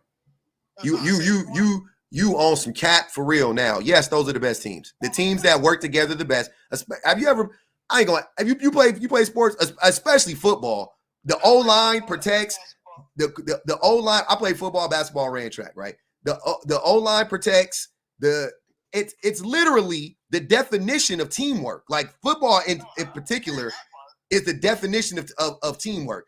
The O-line has to move as a unit. There is timing involved. The receivers do this. They have to get to their spot in a certain amount of time. The quarterback throw, like, there's no hierarchy, brother. I get what Rick's saying. He means like what you're saying is more so in line of the team. Within the team, yes, the team has to work together. Like specifically just the team aspect, but there's more to the team than just the team. There's like he said, there's the defensive coach, there's the offensive coach, and there's if you're talking about on the field, even on the field, there's a captain of the defense. If you're playing football, usually the middle linebacker or the free safety is the one. They call the plays, bro. Once again, that's a role. That's a role. Who calls the plays? That's a role, bro. So hold on. No, because he. This is why y'all are talking past each other. He's right about that being a role, but the role overall, once you lay it all out, the role of that falls in the line of hierarchy, though. Exactly, it falls under the umbrella of hierarchy. This is your role in the hierarchy. This is your role in the hierarchy. But everyone's role that they're playing falls on the umbrella of a hierarchy. Also, and another reason why I hate using sports in these analogies, and that's why I say men are terrible at analogies, and you guys should stop. We should just stop. I don't say you. I'm gonna say you guys because I'm good at analogies. But the reason why you should stop using analogies is because in sports, the roles are dictated, or the hierarchy is dictated on performance. The vast majority of the time, if you're the better person, then you get the higher role, or whatever the case may be. Right? Relationships are not sports. Right? That's not how it works. So it, huh? I led outside of a relationship. I led with that. I know. I'm saying, so for an example, like I'm saying hierarchies need to be done away with as it pertains to the patriarchy. When it comes to I'm on top because I have a penis and you're on the bottom because you have a vagina, that needs to be done away with. But yeah, stupid. Like a lot of these niggas. Can I say that? You shouldn't, but yeah, go ahead. No, a lot of people should not be in roles of leadership. I don't think your genitalia should dictate whether or not you're the leader of a particular thing or not, unless it's like based on like you having that particular genitalia. But like, well, that's what I'm talking about. I'm saying men love hierarchies and not based on competition. We love the hierarchies that say I'm on top because I'm a man and you're on the bottom because you're a woman, or I'm on top because I'm white and you're on top and you're on the bottom because you're black, or I'm on top because I'm American, and you're on the bottom because you're Haitian. Men love those hierarchies. That's what I'm talking about. Cool. You wanna apply this to sports on a field or in a court when I've proven that I'm better than you at this? Fine. We don't need to get rid of hierarchies in that instance. But even there, they don't really serve that much of a purpose. Like on some real shit, I'm telling you, when it comes to the actual game, the teams that work together the best, the teams that spread out the responsibility the best and work in unison, they're the ones who I've been beaten many a times when I was on a team who was more talented. I was on a team who was more talented, but the team we were playing executed the game plan better. I've been in those games before. Shit sucks. Shit sucks. I'm running a 4. I'm a 4.5 and you know what I'm saying? I can run a 4.5, 4.4 in a 40. I could jump out the gym. Whatever the case may be, I'm 6 foot. I could dunk on you. Like my handle is crazy. Like I'm sitting here tripping. I'm like, man, and we go up against some people that don't even look like me. And they just coming out there playing, they pick and rolling and just execute, they setting sturdy picks and they playing sound defense and they're talking to each other. Like, and they beat us. That's the classic. The hood team runs up into the I didn't want to say it, but I've been in them games, brother, and I'm telling you, they just executed better. That's what happened. It was no hierarchy. There was no I'm the man. Give me the ball. Get out the way. It was none of that. It was okay, Billy. I'm gonna come through and set the pick for you. And Johnny was there and he set the pick. Like that's what happened. That's what I'm saying. So even on the court, hierarchies don't matter. In life, hierarchies don't really matter. We can do away with them. We'll be fine in reality. But go ahead, Quessy. Yeah, I don't think I necessarily agree with that. Is the fact that we don't need someone in the comments said a chain of command. These are all synonymous words. So whatever word you want to use is interchangeable. Synonymous, hierarchy. Chain of command, hierarchy. I mean, it's just. Why do we need a chain of command? Because humans make left to their own devices, humans make terrible decisions. That's been proven in history. Left to your own devices, humans do not perform. But hold on, Quessy. But we live in a hierarchical system and we've made terrible decisions. So obviously the chain of command is actually the thing that's killing us probably. It's when you give the power to somebody at the top and one person makes a decision. That's the problem. Imagine humans don't make bad decisions, Quessy. Humans don't make bad decisions. Listen to what I'm telling you.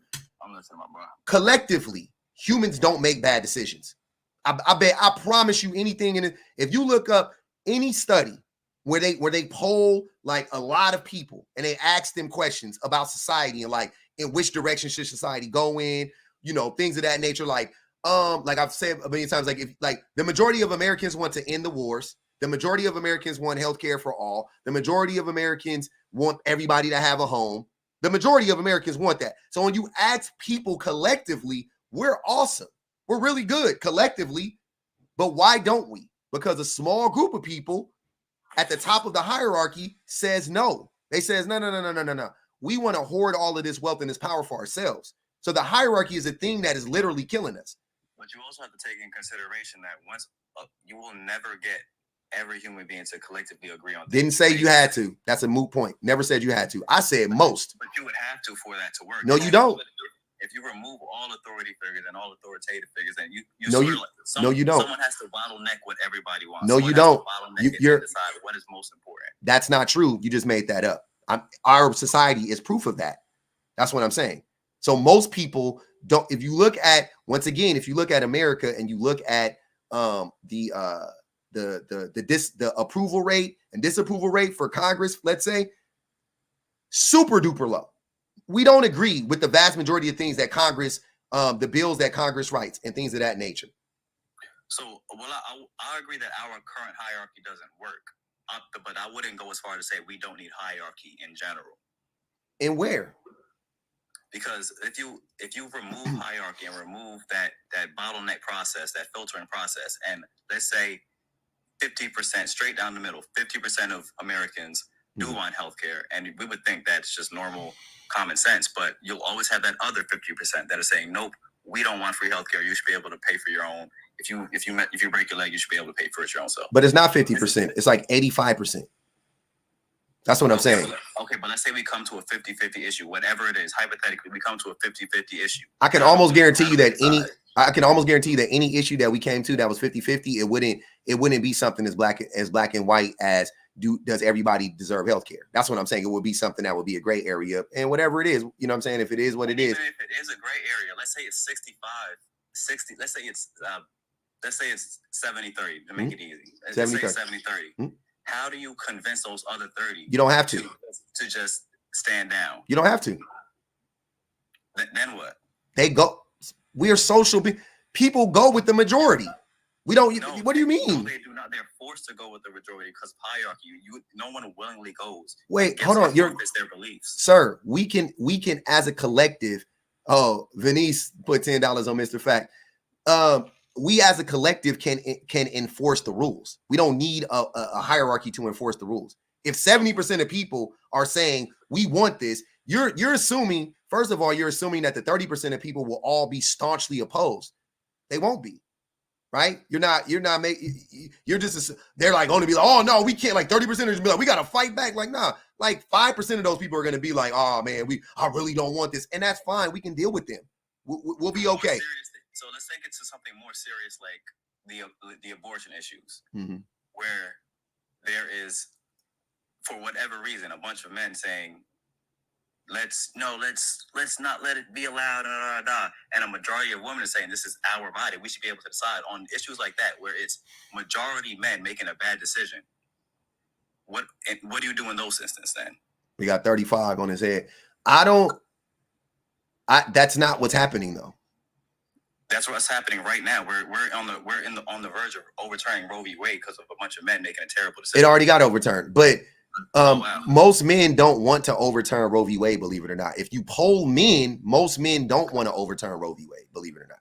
You know what's funny about this Roe versus Wade thing is the people who are like opposing it be the ones that be like sneaking to get their mistresses the Jones. It's a small, but wait, Quessie's making my points. What I'm saying, it's a small group of men or a smaller group of men that are actually the ones trying to overturn it, right? And got it overturned. The majority of men didn't want to overturn it. The majority of men either didn't want to overturn it or were indifferent to it, which was like, whatever. I mean, they didn't even know about it, you know what I mean? Like, but the people who knew, the majority of men didn't want to didn't want to overturn it. They didn't agree with the decision. The majority of men didn't agree with the decision. That's what I'm saying. But it only took, because we live in a hierarchical system and in a hierarchical structure, it only took a small group of men to say, yep, let's overturn it. And it got overturned. And that's the problem with the hierarchy. That's why we don't need it. It would have been way harder if everybody had to vote on it. If we just had to vote one man, one vote on it, it never would have gotten overturned. I promise you. Never would have gotten overturned. So vote to who? So we vote on it and then it just happens. Who enforces it? and who puts that institution to enforce it in place. Like, This is weird. You think that hierarchy at the end. You're not understanding that just that roles don't equate to a hierarchy. You could just have a role, brother. My wife said that you replace the role of a leader with a facilitator. Got 40 on Mr. Facts. What do you mean by that? You just replace the role of a leader with a facilitator. A facilitator doesn't, they're like an order taker. They don't make decisions. They just facilitate. Yeah, but no. Hierarchy and that it still falls under the umbrella, like we were saying with the sports analogy. Like we were saying with the sports analogy, you're saying your role as a coach. You're not. It's not part of. That's not a hierarchy. I know. Stop using sports. It's a terrible analogy for this. That's what I'm saying. So a facilitator is not a facilitator. If you want to use sport, a facilitator would be Magic Johnson, a point guard that distributes the ball. Right? He distributes the ball. He doesn't make it. He just passes the ball. He's a facilitator. He facilitates the play. He helps. We're gonna go back to sports. Are we allowed to use sports or no? Because goddamn. No, I just thought it was funny because you said sports, and I was like, I actually thought that was a good analogy to bring up Magic Johnson, but I don't want you to use sports because I think you're bad at it personally. But you can try it. Go ahead, try to use the analogy. I was just using an analogy you guys already put on the table. Okay, go ahead. I didn't bring up sports. Okay. But yeah, that's what I said. The analogy that you guys were making earlier was about sports, and you were saying how how the coach is just a role. It doesn't mean that he's necessarily part of a hierarchy, but it's still the structure of I didn't say that. Sport is a hierarchy. No. I didn't say that. The NFL is football was actually structured like most American companies based on the military. So it's literally a hierarchy. They built it on the military. It's modeled after the military. And that's why when you play football, if you've ever played football, it feels like you're in the freaking military. Coaches talk to you just like you're in the military. That was one of the things that turned me off from the military. Because when I played football, I was like, I knew even when I was like 10 years old, I was like, this is how they would talk to you. I saw movies and stuff. I was like, the coaches talk to me just like this. And I never liked that. I never respected the coaches that did that. I hated that stuff. I hated it. That made my life a living hell. It used to make me not want to go to practice. Right. And I was a good player. Like I wasn't the player that would get yelled at or whatever. I just didn't like it. Because even when you were good, drop and give me 30. What you fumbled, run a let. Like it was always that time. I'm like, calm the fuck down. They don't talk to me like that. Right, but that does highlight. It still does highlight that you can have a role and still have that coexist in a hierarchy. It literally has to. A hierarchy, you have to have roles. That's how you make up a hierarchy. Is your role in the hierarchy? Nah, brother. Hey, that's not how it works. But go ahead, Mr. Facts. Mr. Facts, are you there, brother? Oh, Mr. Facts ain't there for the time being. Okay. Yeah, but I would love to get to the prompt. By the way, we got derailed on that hierarchy bullshit. I would definitely want to get. So the question I've been asking men, I've been screaming, yelling at the top of my lungs. My voice is gone. Can a man articulate to me what do men bring to the table? When I say that, because I got a list of cons over here, basically, right? I'm asking any man to come up here and tell us how do men, what good are men in relationships for women? That's what I'm trying to figure out. I feel like it's a long, on an individual level, or like what good are men to women in society? No, in a relationship. What do men do typically? How do men add value to women's lives in a relationship? What do we do? Oh, I mean, that's easy. I feel like there's obviously wait. I'm gonna give you one more. I'm gonna preface it. Also, please let it be stuff that most women say men do. I want because you see what I'm saying? They gotta be stuff that you've actually heard. Because here's what I'm saying. The con side are things that we all know that women say happen to them all the time. Statistically, you know what I'm saying? It's there, whatever. The numbers are there. The science is there, right? Now, you can just say that men do this, but I want it to be like an objective truth that yeah, this is what society actually says about men in general, especially when it comes to relationships. That's what I'm looking for. Well, I have a bunch of female friends, so I get it all the time. Okay. I get it all the time. Is he's I would say, I don't want to sound too cliche, so I'm trying to put it in my own words, but just protective. A lot of don't do provide and protect, because we already know neither one of those are true. Well, I don't know what I'm saying statistically, brother Quessy, listen to what I'm saying. Men are protectors because we are predators. We can't be predators and protectors. We can't be the oppressor and we can't be the oppressors and the protectors. And we are the oppressors and we are the predators. So we already know it's not that. And providing, women make, the majority of women make the same amount of money or more money than their men. So no provide and protect. Try something else. I mean, both of those can be debunked easily, but they can be debunked. Debunk it then, statistically. Statistically, that men are, I mean, I think we already had this conversation last time. Men do a lot of violent crimes, but the majority of men do not. The majority of men probably have committed no crimes. I know. I'm not talking about crimes. Violent crimes. So, I know. I'm not talking about just, okay. So here's what I'm saying. Ask women, hey, women, have the majority of women been SA'd? The majority of women would say yes. Right? Do you agree with that? Oh yeah, I agree with that. Okay, so women that I've spoken to, yeah, have been SA'd. Quessy, so make it make sense. If the majority of women have been SA'd, then how is it mathematically possible that the minority of men have SA'd the majority of women?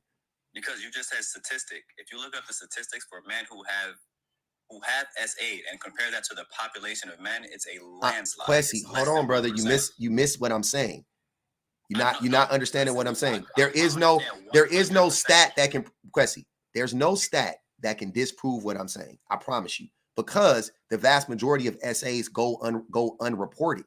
That's what I'm saying. So I'm saying, no, that's not true. A lot of them go unreported. 100%. Stop using the word vast majority, because that's very particular, but it's not true. You can't. I'm gonna do this one time for you, Quessy, because I don't normally do this, but I like you. I'm gonna right now, real quick, cursory search. I'm gonna Google. Are the majority of is the majority of SA reported? And whatever that answer is, I'll accept it. Okay. No, look up what is the percentage of unreported SAs. That's the same question. No, because your question is more tailored to an answer that you're looking for specifically. That's the same question. What? That is a more neutral way to ask the question, to bring up a number that we can ask it again. I'll type it in exactly how you told me. What is the percentage of undocumented essays or unreported essays? It doesn't even make sense, to be honest with you. This whole argument doesn't make sense, because we're looking up an undocumented number. Whenever a number you come up with, you have to make up, because you can't have a concrete number of something that's. I know, but what I'm saying is we can get an idea. I'm just going to let you know the number that I'm telling you is going to be vastly different. The number of versus reported, right? So essays reported versus essays unreported. What is the number? The unreported number is going to be 20 times, brother. And not even 20, it's going to be 100 times bigger. Like it's going to be crazy. It's going to be made up. You can't get a number. It's not going to be made up. You don't know how they question. You don't know how they do. You don't know how they quantify it. So it's okay. You just don't know. Educated guess. I know they survey. No. That's not how they do it. Educated guess. They survey. Surveys and reports are different. Reports, police. Surveys, when you ask a person. So if you surveyed women and you asked them, that's how surveys work, right? They get a large enough pool of people and they can deduce from that the majority of that. That's how surveys work, brother. And it's already been surveyed. The vast majority of SA, not even just SA, brother, crime in general, just crimes in general. The vast majority of crimes go unreported. Like, are you serious? This is a no-brainer. You know how many crimes are being committed every day? I committed a crime last week. I jaywalked. What are you talking about? Crimes are being committed constantly. I ran a red light. I ran a stop sign 2 weeks ago. Like, what are you talking about? Crimes are constantly being happening constantly. I've already told you, you and I, we both been in a bunch of fights. I have never, ever, ever been in a fight and then filled out a police report after the fight, ever. So I can tell you right off the bat, and very few fights that I've seen have where that has been the outcome. I've seen so many dudes slap girls on the butt in the club, rub women on the butt in the club, throw a drink in the face of a person in the club, fight in the club. I've seen all of that stuff. No police reports to be found, though. No police reports. I've seen dudes, no police. No police showed up. I've seen it with my own two eyes. That's what I'm saying. You can't sell me on the vast majority of crime is reported. That's fucking nuts. That's crazy. It doesn't even make sense. We all know that that's not true. That is one of the most uneducated stances you can take on this issue, bro. The vast majority of crimes the vast majority of SA is not reported. Period. We know that. Women are afraid to come forward. We know that. Men are afraid to come forward. We know that. The vast majority is unreported. We know that. Can we move on? So with that being said, if the vast majority of SA is unreported, and the vast majority of women will tell you that they have been SA'd, then wouldn't that stand to reason that the vast majority of men are SA'ers? No, that doesn't even sound correct. I'm gonna be honest, bro. It doesn't even sound correct. With 8 billion, not 8 billion men, whatever the number of men is that currently exists, to say more than half of them are SA'ers is a wild outreach. Why? Quessy, have you ever asked a girl, has a girl ever told you no? Well, first of all, have you asked every single girl to have sex before every single time you have sex? Where you're going with this, bro. Like I said, I have a lot of female friends, and I don't. And let me explain this before this next sentence I'm about to say is going to be completely agreeing with you. But let me explain it before you just jump to say, yo, why? So why are you arguing with me? I have a lot of female friends. Every last one of them have a story of being SA'd. Every last one. So you should show some empathy right now. No, I do. Okay, so let's be. Let me finish that sentence. Okay, please. go ahead. So I understand the stance that you're taking, and I, as far as the sympathetic stance that you're taking, I get it 100%. I get it, and I will never argue that anything that you're saying is incorrect. Men do despicable things, horrible things that they need to be reprimanded for, like at the highest extent, heads cut off for type of vibe. So I get that, but what I'm saying is and I want to use my word. I want to very carefully pick my words. So excuse me if I'm going to slow down the way I talk, because I do not want to say the wrong thing and throw off everything I'm saying, because everything I just said is very genuine.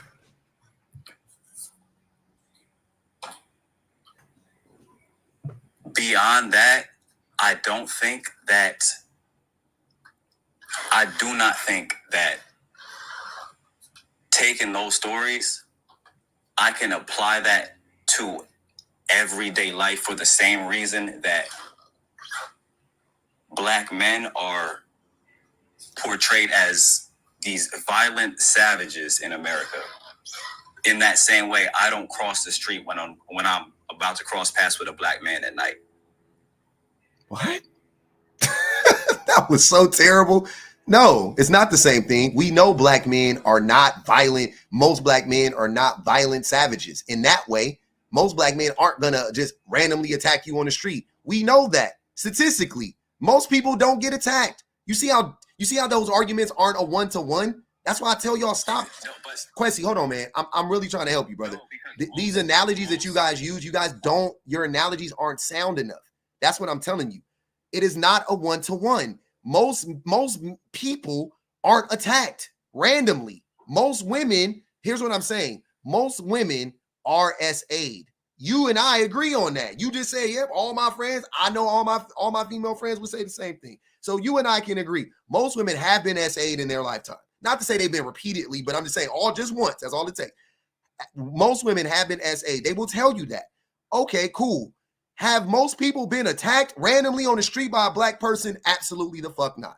That's why those things aren't a one-to-one. So if a person tries to paint Black men as savages, as you said, or whatever the case may be, that is a different thing, because statistically, we know Black men aren't like that based on statistics. But when it comes to SA, once again, now if you as a man haven't asked every single girl to have sex with them, you also have, after she said no, if and when you did, you begged her or asked her until she said yes, that is coercion. You are guilty of SA. That is technically SA, brother. just for the record. I ain't saying she should have went to the post. I don't even know. I leave that up to her, right? But that is a form of SA, bro. And most men, I know we got those stories, me included. We got those stories. No doubt about it. No doubt about it. That's what I'm saying. And I hate when men come up here and lie and act like that, like, oh no, that's not it. You ain't never, and and here's something I've never done personally, right? I've never done this, but I do know a lot of men that have done this. I think most of my friends have done this. Smack the girl on the butt, grab the girl's arm when she walked by you in the club, on the street. That type of stuff is weird. I've always thought that type of stuff is weird. The begging for a vagina, I thought was normal. I thought that that's just what men did. Like, if we didn't do it, we would never get, you know what I'm saying? Like, I thought that ain't like I had to beg that often, but I've definitely done it before. Definitely. Yeah, nah, I ain't gonna lie. I ain't never been in that boat. I'm not gonna lie. Okay. I can't relate to that. You never done that before? Great. That's me. Nah, I can't lie. Yep, that's me. I've done that before. Definitely. I've done it before. No doubt about it. No doubt about it. I did not know. I had no idea what it was until I fully understood coercion. And I was like, oh, okay. Damn, that's crazy. Huh? That's wild. So every single time you was going to have sex with a girl and she said no and you just stopped, cool. You better than me. 100%. Immediately. That's been my motto since I've been talking about that for a while. My thing has been, you have literally one time to say no to me, and then I will never try again. The next time, if it does happen, the next time you would be the one making the first move. Okay. If it does happen. Hey, brother, that's what I'm saying. I want to leave the door open for there are men like you out there. But do you think that you're most men in this regard? No, I don't think, and this is probably where the disconnect is. I don't think like most men, nor do I think for most men, but what I observe, and that may be where the disconnect is, what we're observing. What we're observing is just different. No, but I asked you though, do you think that that's most men? Do you think you getting up off a girl whenever she said no, or you was kissing her? I ain't saying you got to even be like you writing the act. I'm saying whatever it is, you going through it and she be like, no, I'm good or whatever, or stop or whatever. You said you stop every single time. Cool. You think most men do that? Oh yeah, no, I know. I've seen it. Yeah, like you said, I've seen it with my eyes. It is kind of cringe. I'm looking like, yo, you're not getting the point, bro. But hold on, but Quessy. So most men don't do that. So most men, SA women, what the fuck is going on? Jesus Christ.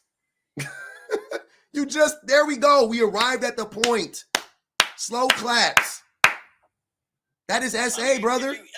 I guess if you take it to that, because I wasn't necessarily looking at that type of stuff as SA. But when you kind of break it down to its simplest terms, I guess it does fall under that umbrella. So it is definitely SA, fam. It's definitely SA. No doubt about it.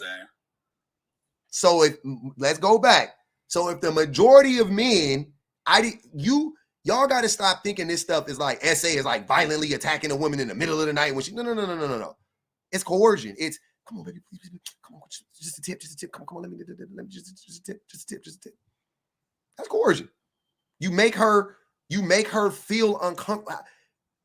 She feels like something bad could happen if she doesn't let you do it. That's why she does it. 100%, right? Now that doesn't. Now with me in my case, I wasn't going to do anything to her. You know what I'm saying? But she didn't know that. She didn't. You know what I'm saying?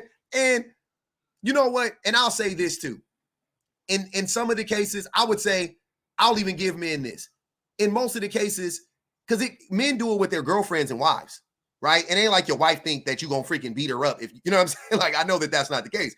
But she don't want you to be mad, and she don't want you to be soaking, you know what I'm saying, or whatever. So here you go, take some here, and she ain't even into it. See, that's where it gets great for me. I think that what you explained before is where I draw the line for what I personally believe would qualify as if she's doing it because she fears what would happen if I keep saying no.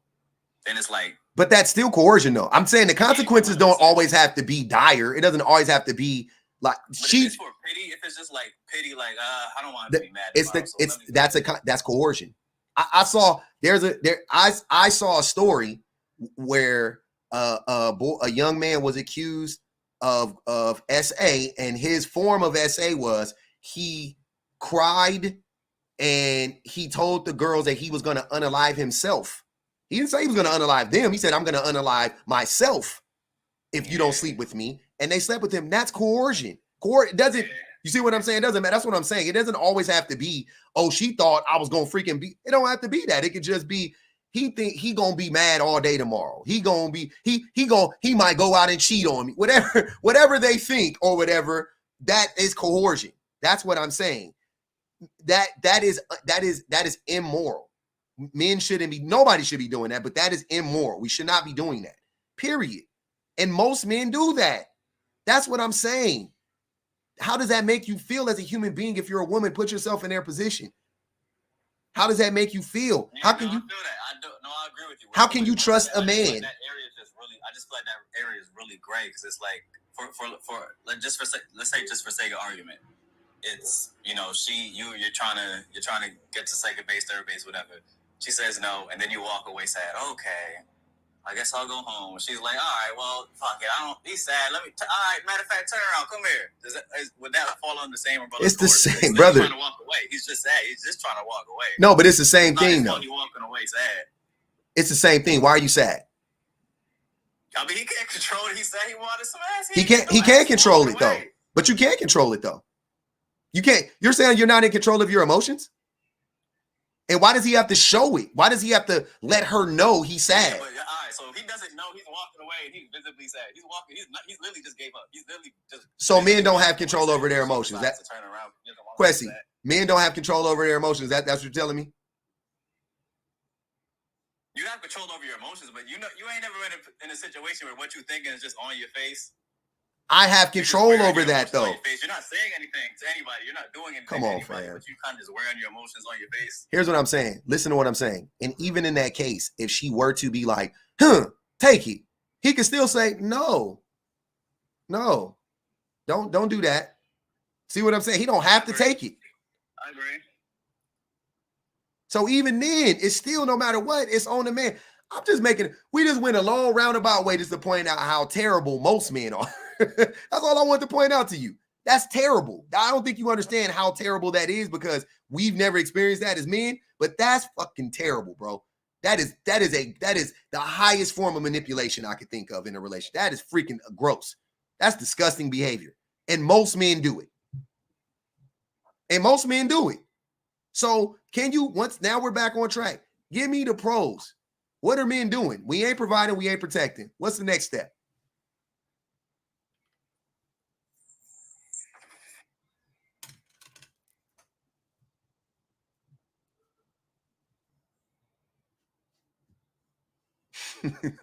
Here, damn, dude. That's what Hey, when you get that vagina, that shit weak. My fault. I just exited the app. I don't know. No, you good. That vagina, that shit trash, bro. That's garbage. That's trash box, bro. Don't know that's trash vagina, bro. That's garbage.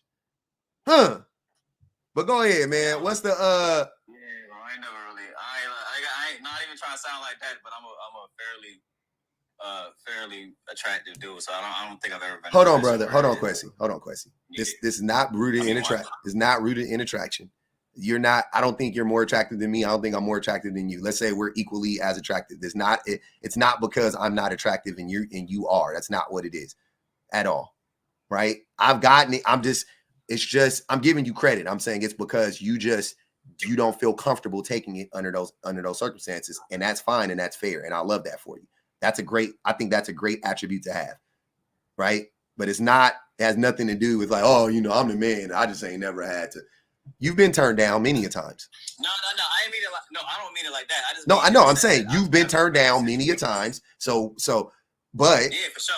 But when they turn you down, you just go, I respect it. And that's great.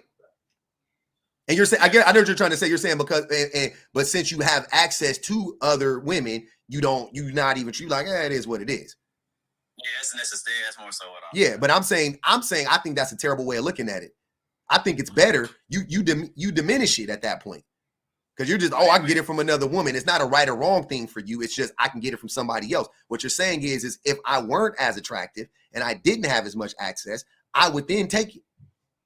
Right? Nah, I don't think that I would. No, okay. So what is your access to women have to do with anything? That's what I'm saying. I'm helping you out. Don't say that. It makes you look worse.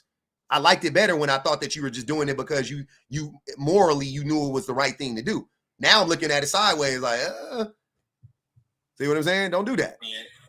Yeah, nah, it's definitely not like that. So yeah, for sure. I'm still waiting on the pros for men. Why are men in relationships? Why should women sign up to be in relationships with me? I mean, I could just base it off of what my female friends tell me about the relationships that they're in. They just say that he's attentive to what I'm saying. Like he gets me. Yep. I don't even have to say anything. I just kind of. So you think most men are attentive? You think most men are attentive?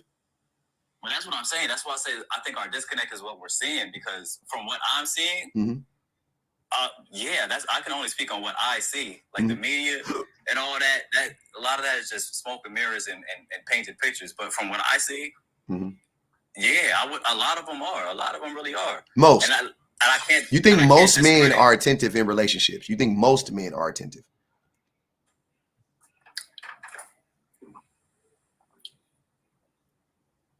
That's hard. That is hard. I wouldn't say most. Yeah. I wouldn't say most. So that wouldn't be a good number. I don't even think it's like a good number of men are becoming, or at least learning to in this stage of life. But I wouldn't say that most men are. I wouldn't say most men, but I wouldn't try to paint the picture. I'm not saying that you are. I wouldn't try to paint the picture that's impossible to find this man. Like he just doesn't exist, or he's like the 1%. He's like a millionaire. You have a better chance of finding a millionaire than an attentive man. I 100% don't believe in that. Okay. So most men aren't attentive. I don't even think it's when you say a lot, I don't know what a lot is, but I think 90% of men aren't attentive. Not attentive enough. If we are attentive, it's not attentive enough. There's no. Yeah, I feel like there's definitely room for growth. There's an opportunity there, and I feel like a lot of that can be done is done in rooms like this where you hold men accountable. But I also want to kind of be wary of this false hope that is like the majority of men you're ever going to find are just horrible beings, because it's like that's just taking away hope. When I see it every day, it's the hope that I see every day is low key kind of just being snatched away, and people are just running with it. Like, excuse me, brother. I don't mean to cut you off, man, but I've been kind of listening for. We've been Mr. Facts. I didn't say your name 20 times, brother. Yeah, my fault, man. I had something I had to do. Okay. I just want to say this, man. I feel like you live in a world of like idealism and hyperbole, man. And I feel that was like hyperbolic. You make it seem like we live in a vacuum when it comes to specifically black men. Not even realize we're not even in our natural state. So for you to speak about all these different dysfunctions and the way we operate towards our women, well, we're not in a vacuum, my friend. You got to understand there's a lot of things that you're excluding when it comes to this history. And when you talk about the hierarchy is corrupted. So even when it comes to this, it's not like men are in a vacuum with the hierarchy. There's a lot of women that are accomplices when it comes to these things that are going on that men do. Can you give us some pros? I got you. Mr. Facts. Can you name some pros for men? Like why would a woman sign up to be in a relationship with a man? All I'm gonna say is this. When it comes to pros, what I'm trying to say is this. I want us to look at the bigger picture here. No. I just want you to name. Hold on, Mr. Facts. I just want you to give us some pros. I don't really care for anything else at this point. I can use some pros, but can I finish my sentence? No. I don't. I really don't care for it because it will prove. What I'm saying is, if you can give us the pros, it'll prove what you're saying. I'm trying to help you out. Let's just cut to the chase. What are the pros? No, it's not about helping me out to say anything because you don't know what I'm about to say. That's what I'm trying to. You don't think I know? Okay, go ahead. Finish.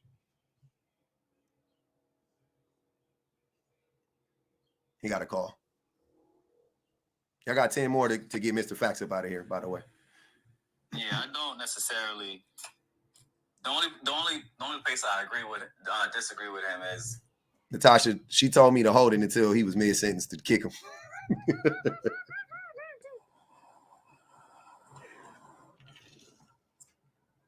Hello? Can you hear me? Yeah, we can hear you. Go ahead. Oh, I thought you probably kicked me. Yeah. Nah, I kicked you now because they just paid it right now. I wanted to hear his pros. I wanted to hear the pros. Hey, Tasha cold-blooded on him, though. She told me. Hey, holding it is diabolical, y'all.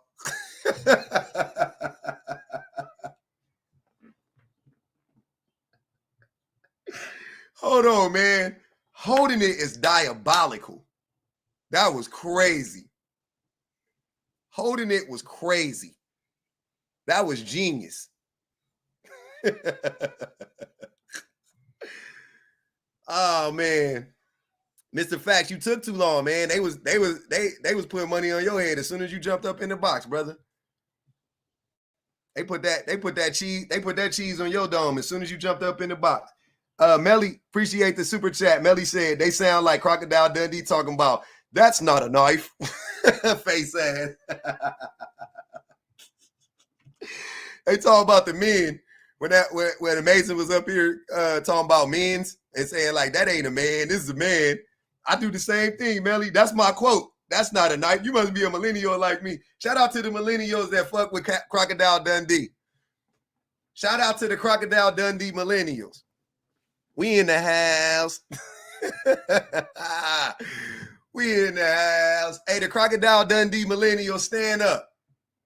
That's not a knife. Now this is a knife. And that boy pulled out a blade like this. Crocodile Dundee said, now this is a knife.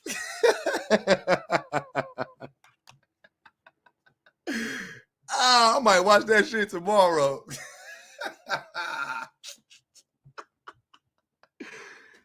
Hey, Ray Riz, pay that 100, man. You could get Mr. Facts back up in there if you want to. Y'all know what it is. Y'all could crowdfund for Mr. Facts. I don't care. Hey, we got over 100,000. Let's hit that 150 real quick. This is a knife. That's not a knife. Oh, crazy as hell, man. That's not a knife. That shit crazy. Hey, what's going on? Who is? I don't know your name. It's in Japanese, it looks like. What's your name, ma'am? Uh-oh. All right. She came up. We couldn't do it.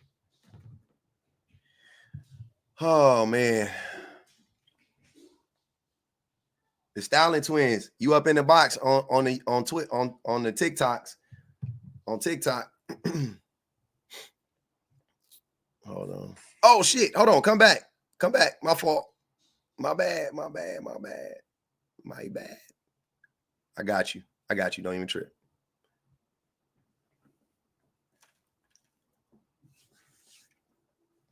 I got you. Because it ain't no yapping going on, Tori. It got to be some yapping. We need some yapping up in here.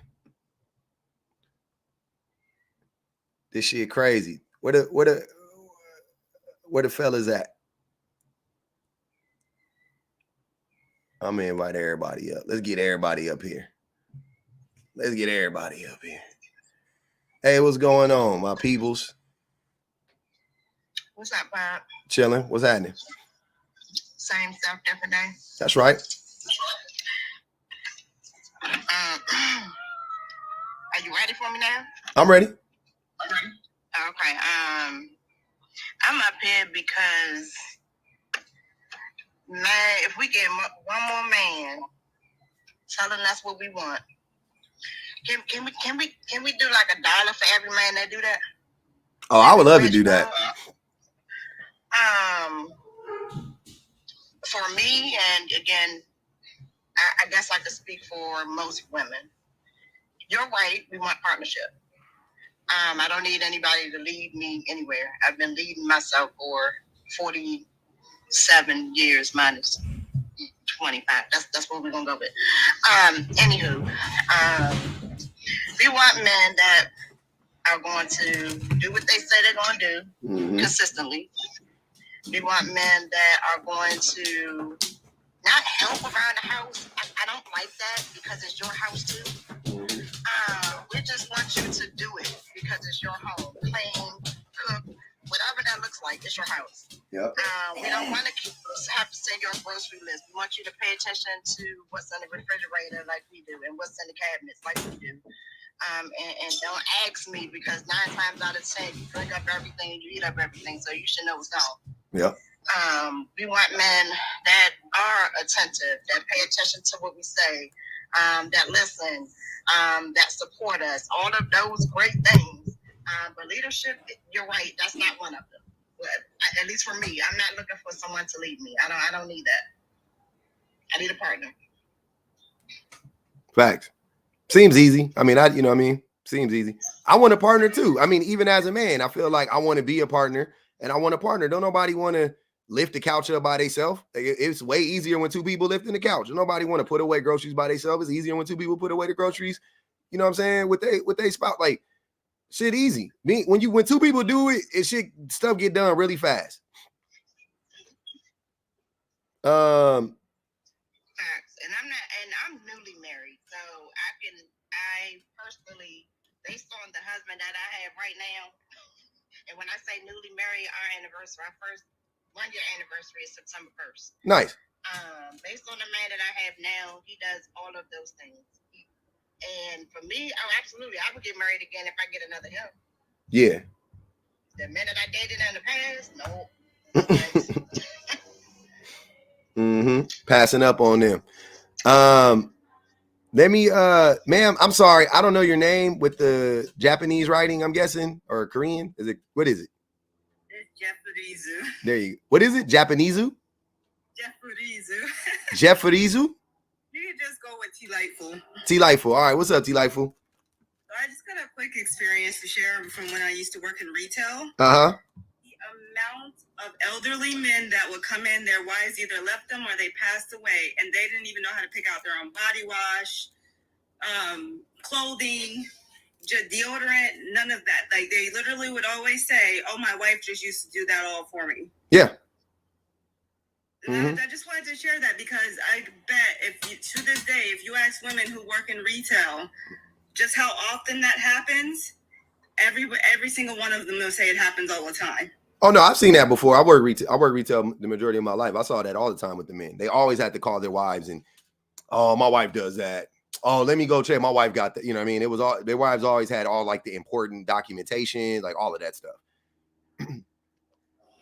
That's all I wanted to share though, because like that's what they bring. They just bring more labor. Yeah. Yeah. I've been waiting. I appreciate you coming up. I've been waiting on the fellas. That girl, what's good with it? What's going on, public? I just got live access. I am so happy because I've been watching your channel for so long. And you crack me up all the time when you talk about how men be proving themselves in real time because they really up here fighting for their life. And I just be feeling so bad for them. Like, I want to share an experience, too, that I listened to with TikTok the other night. Because one of the kinds you forgot is lies. So. Oh, no, I don't even. I didn't forget. I just left some stuff alone for people to, you know. I told you the list could have been long as hell. I was like, nah, let me not put everything on there. Let me tell you, this is probably the craziest stuff I heard on TikTok. So I'm trying to be careful of the language that I use. So please let me know if I say anything that is not allowed. Okay. So they were talking about, I guess some TikTok guy was just went to jail because he pew-pewed his oh yeah, I know that story. Girlfriend. He pew-pewed his I know him. Yeah, so they were talking about it, and this one guy was on the live. I don't know how exactly they got to this conversation, but he was talking about how he's so active in his community and how him and his friends don't pay for smacks because men with money don't do that, and was just saying all of this stuff and how he got all of this money, how he's an author. I mean, was just going on and on and on and on. So then out of nowhere, somebody joins the live and then they say, oh, well, you have a schmurderer on your live. Yeah. So everybody was like, who are you talking about? And turns out he was talking about the guy who talks about how he's so active in his community. Yeah, I know. This man, yep. He brought up this man's record, the charges, all of this stuff, and they was just pretty much going through, reading all the details out loud, and was talking about like how he was lying about everything that he says he does. But the craziest part was he was like, oh, he's on live right now, but he's on live from in jail. Yeah, he was in prison. He was in a cell. Yeah, I know that dude. I've talked to that dude before. I was on a panel with him before, and he was talking about his daughter was a doctor, and he from Compton. He from the city right there. So I talked to him. It was crazy, yeah. But a full-fledged liar, like full-blown lying, just caping, like crazy. You like, what? Why would you lie like that? That man got 85 years. He took me out when they said turn the camera on, but he had the lights out. It was like, yeah, turn the lights on, and you could see the bunk bed in the background. I was like, he on the bottom bunk. Cannot be real. He was on the bottom bunk. I'm like, this cannot be real right now. But that's all I wanted to say. I just wanted to share that. Yeah, that mess was crazy. Keep doing what you're doing. Yeah. Keep doing what you're doing. Keep spreading the good word. Yes, ma'am. We gonna try to. Thanks. Appreciate you. My brother. Hyperview said he wanted to come up to tell the other side of the story.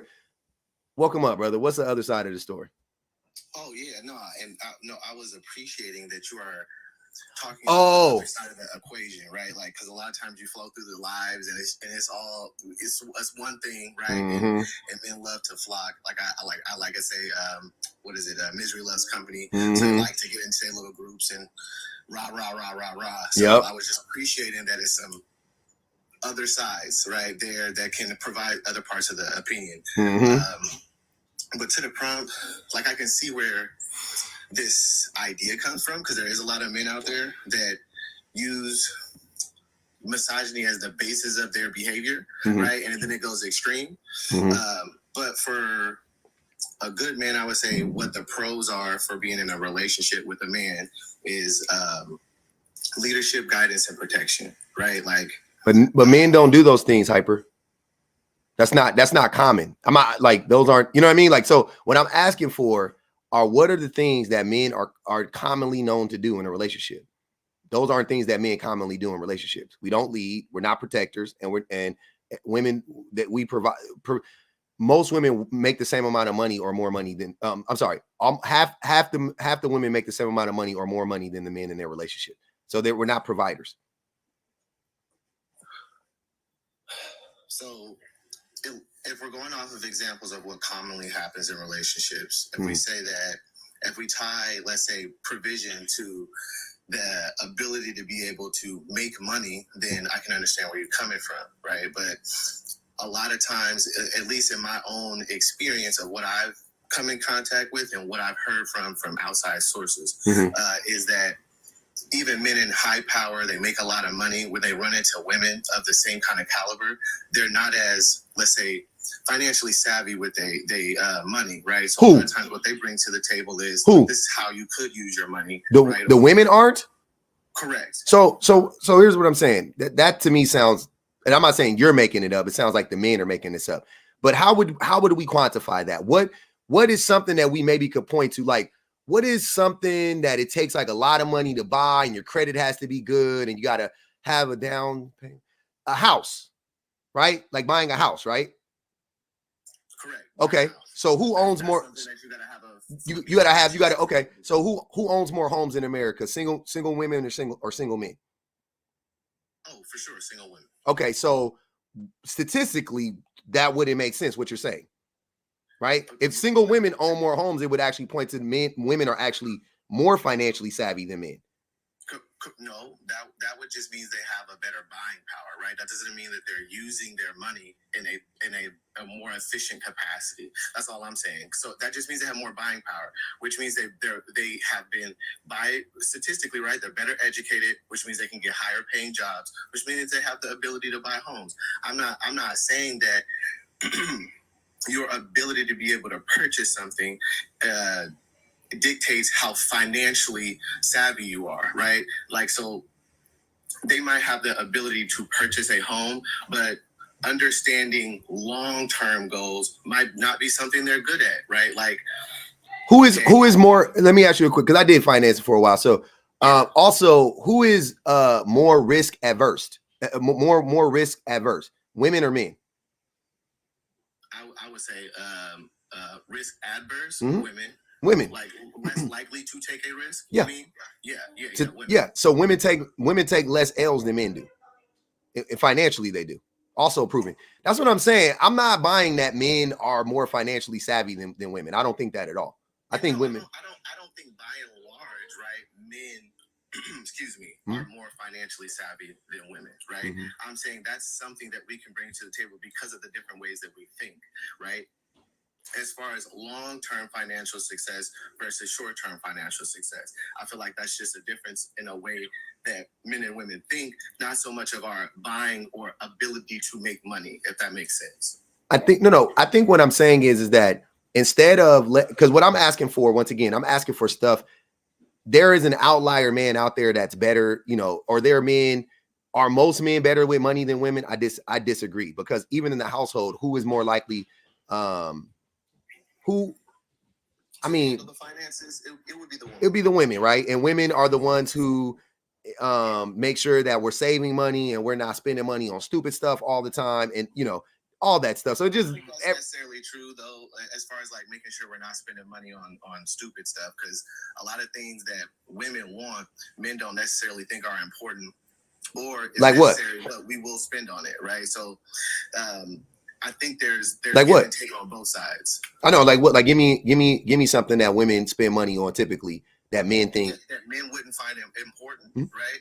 Okay, so example would be like the fake hair, nails, the extenuous makeup, right? Like there are a lot of things that a woman finds to be necessary and almost like a need that a man would look at as that's a want, right? And I'm not bashing it at all. I'm just saying in the general, men wouldn't find those things important, right? But women would. Because men don't know, they don't know anything about makeup and weaves and lashes.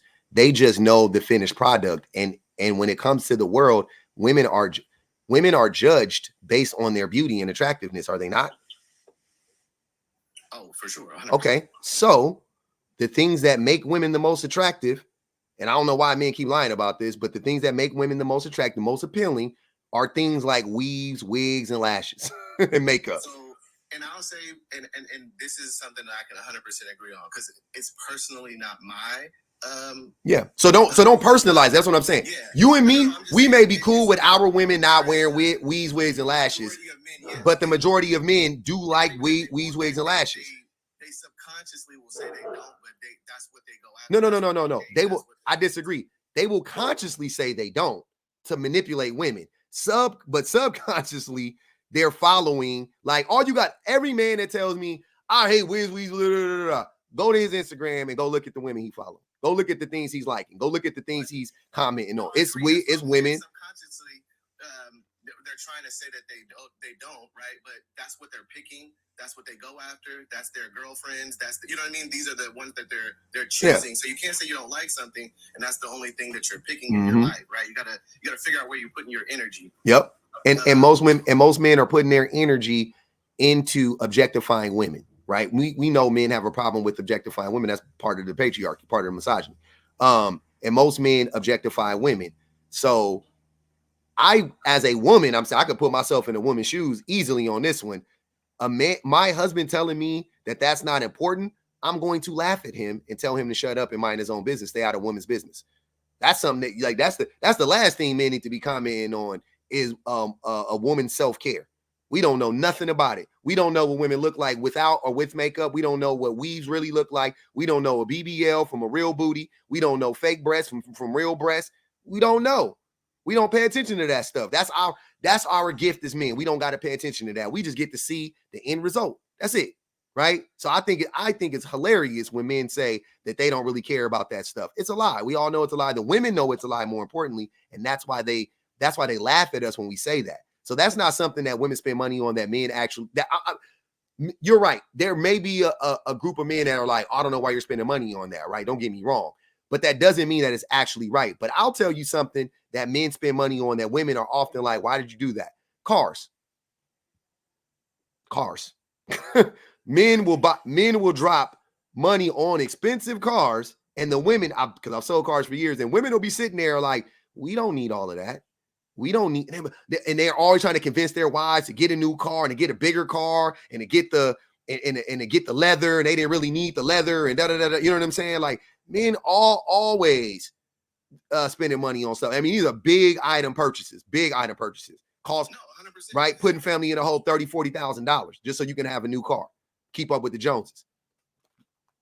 Oh, there's more than that. They be in the 70, 80K. Yeah. Sometimes, but I'm being average. Let's say average, 35, 40 grand. That's what the average cost of a car. No, I get you. That's why, and all I'm trying to say is it's on both sides, right? Like, I feel like there are going to be things that women purchase that men are going to not find that important, and there are going to be things that women purchase that men don't find important. I don't know if I said that right, but vice versa, right? It's on both sides. And yes, I can understand where you're coming from, where a woman would say that's laughable, which I also agree, right? You don't understand any of that. You can have your preference in your life, but you can't push that on every woman and say that it's not important. But that doesn't negate that it exists, right? Most men would say they don't. And I agree that that's what they pick in.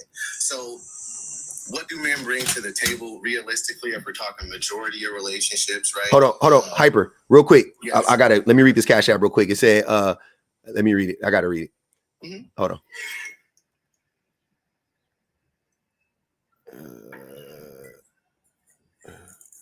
I'm gonna stay out the comments. Men are mad about lashes because they can't afford NCAA. It said men are mad about lashes because they can't afford NCAA. I don't know what NCAA means. We got to elaborate on that one. Go ahead, Hyper. I'm listening. Yeah, but majority of men, to be honest, it's nice if you get a 50-50. Like that's what you could hope for. Because anything more than that, right? You're talking top echelons of men, right? That are really able to take care of 100% of everything. In a manner in which they can keep themselves mentally stable enough to be able to provide the other litany of things that are provided outside of finances. So for the regular Joe Schmo dude, he's bringing about what a woman would be able to bring to the table, minus the things that come naturally to a woman that's the reason why you're attracted to them. Like, a person doesn't want to go and seek out partnership if they have everything. You know what I mean? So wanting and seeking a partner is an acknowledgement that there's something missing, that there's something more that you want from your life. So for me, the best you can ask for is a 50-50. They bring in about as much as you can to the table, right? And y'all multiply each other. Anything outside of that is, you were talking upper echelons of gentlemen that are making a significant amount of money. And the amount of options they have, the likelihood you're going to get the rest of those things like love, affection, monogamy, all the rest of that, I think lowers. Okay. So you're saying like the more access the men have to women, the less likely he's going to be like a good partner for a woman. I would say a good partner in what a woman would be looking for. Yes. Yeah. I don't, to be honest with you, I would love for that to be, not want love for it to be true, but like, because if it's true, it just pertains to a specific, like a small amount of men, because most men don't have that much access to women and most men don't make that much money. But the reality is most men aren't built to be good partners for women. So my question to you is, well, also, I disagree with women. The reason why they're not signing up for relationships with men is because of all this stuff on the right. And I've been asking for the stuff on the left, but you can't do. Nobody has been able to actually articulate what do men actually bring. It's hard for me to speak for a majority of men. You know what I mean? Like super easy. Look, we can do it for women, right? I bet you if I did this for women, you and I can agree on at least 5 things that women typically bring to the table for men. So it should be easy because I know you and I can do that. Typically, Mm-hmm. when we talk about a majority, I'm trying to step outside of my own personal experience. Okay, let's look at something outside of that. That's why I'm taking a lot of your information as face value, because I don't know your experience and I don't know what your sources are. So I kind of just got to take you that you wouldn't just lie to me, right? Yeah. So if we just talk typical and majority, it's hard to pin down characteristics because it's a myriad, right? Like I try not to put women into a box the same way I try not to put men into a box. So I don't want to assign the same way I don't want to assign those negatives is the same way I don't want to assign positives. But there are certain things that most people have experienced and that most people do. You know what I mean? Like, so I asked earlier, if you ask most women, have they been SA? Most women would say yes. That's an experience that you ain't putting them in a box. That's just an experience. If you ask most women, have they been cheated on in a relationship? Most women would say yes. So most men in a relationship aren't protective of their spouse or female partner, counterpart? I don't think so. I think most men, because also statistically, who is most likely to harm the person in the relationship? Who is most likely? I'm sorry. Who is most? So it's somebody that you know. It's somebody that you know, right? Okay, cool. Correct. Yeah, cool. Now we're causing that's a causation, right? You're saying that's okay. So that's most likely to be your spouse, but that could be a friend, a spouse, a relative. No. But Hyper, listen to what I'm saying. It literally starts with the person that's in your home. It starts with the person anytime a spouse, man or woman, is unalive, the first person they're looking at is a spouse. They don't start outside the home. They literally start in the home. They go spouse, they go kids, they go extended family, they go business partners, co-workers, they go people that play racquetball, basketball. You know what I mean? Like, that's how they do the search, right? It's because statistically, overwhelmingly, it's going to be your spouse. Overwhelmingly. And so again, what I try to do with statistics is try to realize them, right? So let's say 1 in 4 women get SA'd, right? So and majority of those are people that are inside of the home. Why are we allowing 25%, right, of men? Because there has to be somebody who's doing that SA, right? That's who we're talking about. Why do we allow that 25% to represent, right, the majority of men's behavior? Because I don't think that's representative of the majority of men's behavior. There are bad men, and I think that we should hold them accountable. But I truly do not believe that represents the majority of male behavior. I think the majority. Wait, first of all, the majority of women have been SA'd. But because people and men think SA is just like running up and graping a woman or something like that. But it's I was in the military. I had to take sharp. Like I'm very well versed. Wait. I'll ask you. Great. Let's ask the military women. Have the majority of military women been SA? Has a majority of military women been SA? Without a doubt, yes. No question about it. Well documented. The majority of women have been SA. Without a doubt. In the military is a humongous apparatus, a huge institution. I just didn't want to just answer off the cuff because like I said, I was in the military, so I'm really trying to think about the last time I looked at numbers or looked at something that could give me a quantitative number. Off my experience, yes, right? Of me being there and seeing it, yes, a majority of women that I encountered had some kind of story, right? Have that been? Ask your mom, ask your sister, ask your friends. About it, right? Oh, let me read this catch app real quick. That hasn't been adjudicated. Hold on. So Wait, real quick. Hyper, real quick. For every single woman I've known, this is what the Cash App says. Lithium Center says, for every single woman I've known said they were SA. That's what she said. But go ahead, finish. And so the only reason I'm hesitant to say yes, just like unequivocally, is that hasn't been adjudicated, right?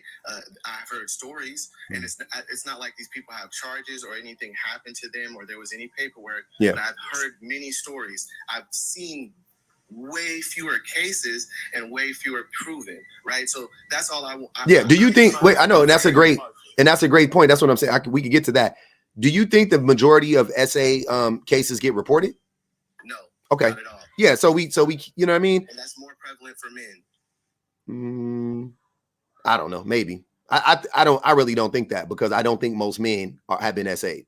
So I doubt it. If we go by the definitions of it, then and this is why I say that we have to apply the definitions fairly across the board, right? Yeah. If we're going by the definition of what SA is, men get SA'd all the time. They don't. It's just the fact of how it's taken. What is? Right? Give me an example of men getting SA'd all the time, because I've never been SA'd. That's not. Wait. That's not true. I have been SA'd, but go ahead. I'm sorry. And that's all I'm saying. Because it doesn't have to be like you're saying. The same way men think about it, for the majority, is how women think about it. I know, but give me the definition though. But I mean, give me the example of what you're saying. By the way, most men have been most SA has happened by the hands of men to other men, not my women to men. By the way, yeah. I highly disagree with that as well. It's not something to disagree with though, Hyper. It's statistically proven. It's not a. I was a E3, right? Private, maybe E4. We were out, we're doing our exercises. I have 2 E6s. These are sergeants that are above me, right? And we're working out. I'm in my PT shorts. And I have, a little bit of a back on me. You know what I mean? So I'm doing my push-ups and the sergeant yells out, oh, you need to get that back down. And one of the other sergeants, both of these are females, right? Oh, it's down. He just got a lot back there. And they both as I'm continuing to do push-ups, they're both staring and laughing at me. You know what I mean? That's not SA, but wait, and that's also a personal anecdotal story. But let's be real and honest. Men are SA more by men than they are by women. That's proven without a doubt. Statistically, categorically, we already know that, right? That not like over 90% of SAs are committed by men. And so what's the percentage of men that are walking around the population that you would describe as somebody who has SA'd a woman at some point? 90%. 90? I think over 90% of women have been SA'd. So I would assume that probably over 90% of men are SAers, because it ain't like 10% of men are SAing 90% of women. That's mathematically impossible. Because you got to. It is mathematically impossible. I'll give you the reason why. And here's, people don't do the math on this, because this is how the math works. Time is also included in the math, right? So how could because you have to, most SAs happen interpersonally, people that not random attacks like we already established, right? There ain't just men just walking up on the street, grabbing you, whatever. It's your partner. It's some dude you were dating. It's some dude. You're telling me that one man has invested has all of this time and energy and whatever to invest in SAing 15, 20, 30 women.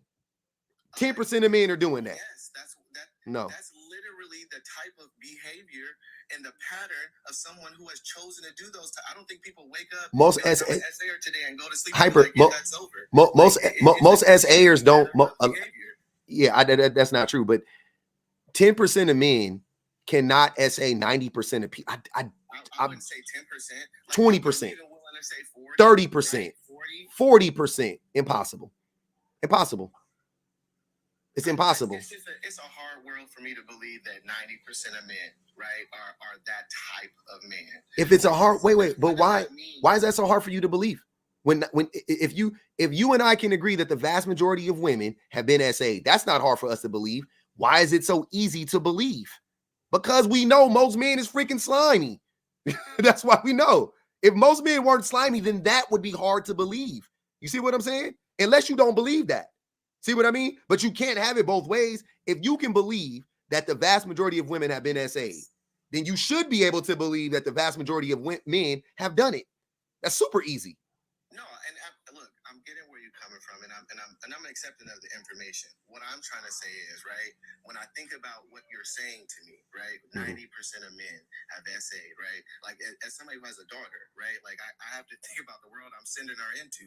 So I don't want people to think that I'm trying to defend bad behavior. That's not what I'm doing. What I'm trying to do is come to a realization of what the world is without unnecessarily blaming more people than I need to. If 90% of men are SAers, that's a sick world we live in. Like, I'm not. The world is sick, brother. Hyper, you know the world is sick, though. Believe. Look, 100%. The world is sick. 100% agree with you. I believe I 100% believe you on that one. But I don't, like, 90's a lot. Like, I feel like that's almost extreme that 90% of men have essayed at some time in their life. I don't know why this is such a hard thing to believe, but 90% of men have groped, grabbed, coerced, or just flat out took it from a woman. I don't care what you say. Don't care.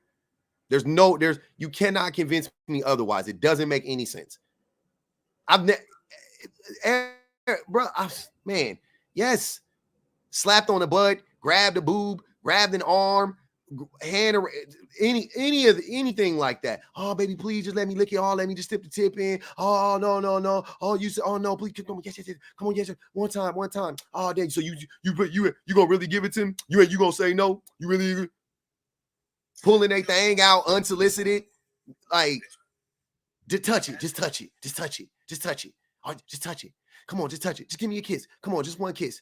Come on, just a kiss. Where's my hug? Brother. All of these. I mean, I can get where you're coming from, because I will say that I had a realization while I was going through those classes of there was a lot of things that were stated. Like, most people don't know the law. Most people don't know exactly what SA is. Most people don't know exactly what those categories include. So when you actually sit down and you get educated on things, you start to see where you could have had yourself in a situation where these things could have went one way or another, depending upon how the other partner could have reacted. So with that in mind, I can get where you're coming from. Do you think that a reason why you're fighting it so hard is because you have to come to the realization that you are a part of that group? No, I can confidently say I've never done, like, so this was my issue with those types of things. I don't need to be taught how not to be those things, right? Teach me how to identify the people who are doing those things so I can help. Teach me how to be an ally, but don't teach me how not to be an SAer. I know how not to SA. Right, you know what I mean? So I don't have any doubt in my mind about what I have done in my life. I've been married for 15 years. I don't even mess with other women like that. So, but you can do it to your wife. You can 100%. We have to learn about within it in a marriage. So, like, why did you have to learn about it within your marriage? You never asked your wife. She never told you no, and then you just kept asking her until she gave in. That's never happened. Never. Okay. Like, ever in my life. So, and this is what I mean. And so maybe I hate to say this because I'm not that special. Maybe I am an exception from what is being talked about. Because in my mind, right, every time I sit down in those types of classes, or I sit down and we hear about these types of things, I always feel like I'm being preached at on how do you not become this person? And I'm like, I know I'm not going to do that. Help me be an ally. Because what I hear a lot is women saying, why don't other men hold men accountable, right? Mm-hmm. And that's something I do try to do, and something that I do try to promote, because if anything, since this is a problem, mm-hmm. right, there has to be a solution to it. And if we can agree that the majority of men that are doing this types of thing are using their power to be able to exercise this kind of thing, right? Mm-hmm. How do we as men help to keep this from not happening? Because the only reason I'm mad about that, not mad, but it's getting me, is because I have a daughter, and I really don't want to think that that's the world I'm sending her into. We don't have to do that. Like decenter yourself, right? I can pull myself out of it. I can pull myself in it when I need to make sure I'm taking accountability for myself. And I also that's when I only put myself in the mix when it applies to me. When the negative behaviors apply to me, I put myself in the mix because I feel like it's important. I feel like it's important to be like, I've done that before and I don't want to do that again. I've realized the error of my ways and I've grown up since then. I don't think there's anything wrong with that. You know what I'm saying? So I will definitely jump on that all the time, right? But I can easily decenter myself outside. It's super easy, right? So we don't need to center your daughter or you or whatever the case may be. I believe the reason why you're fighting is because I think you do identify with some of those things personally, but you can say no, and I don't know you from Adam. I'm just telling you because it doesn't make any sense the other way. Because why are you just fighting so hard because you want to have this idealistic view of the world where is the world really that bad? Yeah, the world is really that bad. You know that, Hyper. You're a grown ass man. So am I. We already know the world is a hellhole. You know, we already know that. Also, what do you think is more harmful, right? Do you think it's more harmful for us to assume that every man is capable of this and or has done this to protect the women? or to assume that it's not all men and we just have to use our power of discernment and give every man the benefit of the doubt. What do you think offers the highest level of protection for women? The highest level of protection, if I'm the first. Okay. So why? So yeah. So if you care about women, shouldn't that be the approach? Not, well, I just really don't want innocent men to pay the price for the, like, who gives a fuck? I don't care. I don't care if they lump me. I'm perfectly okay with women lumping me in the group with every other man if it's for their protection. Aren't you?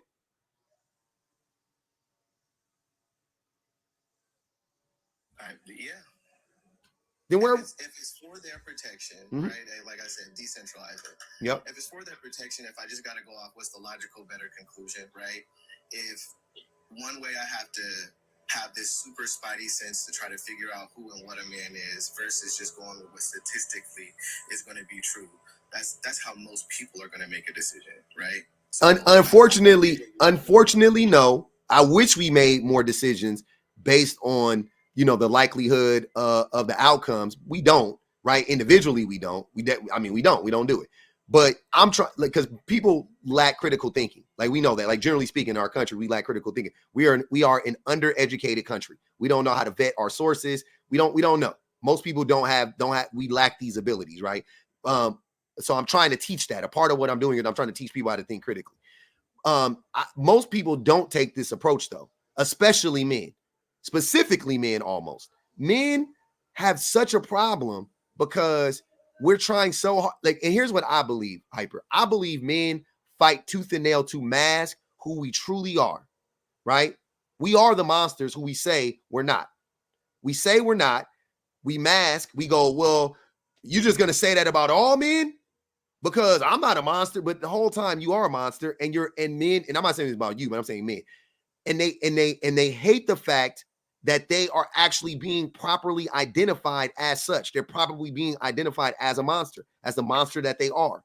And they hate that because they're investing all of this time and energy and effort into masking, into not being identified as the monster. I'm okay. Me personally, like, I'm perfectly fine with being identified as the monster. Put me wherever, I'm saying this to the, put me in whatever box you need to put me in. That's fine. Do what you need to do to keep yourself safe. You see what I'm saying? Do what you need to do to keep yourself safe. No doubt about it. I would, for your daughter's sake, Hyper, I would want her, assume the worst about public. If it keeps her safe, assume the worst about me. Because the reality is the majority of men are not good for women. That's what this whole discussion is rooted in. We're just not. We're just not, brother. I'm still waiting on the pros. I'm still waiting. What do men do? Look, are women not nurturing? Generally speaking, are women not more nurturing than men? Are they not the ones we go to for that nurturing characteristic, for that nurturing, to be nurtured?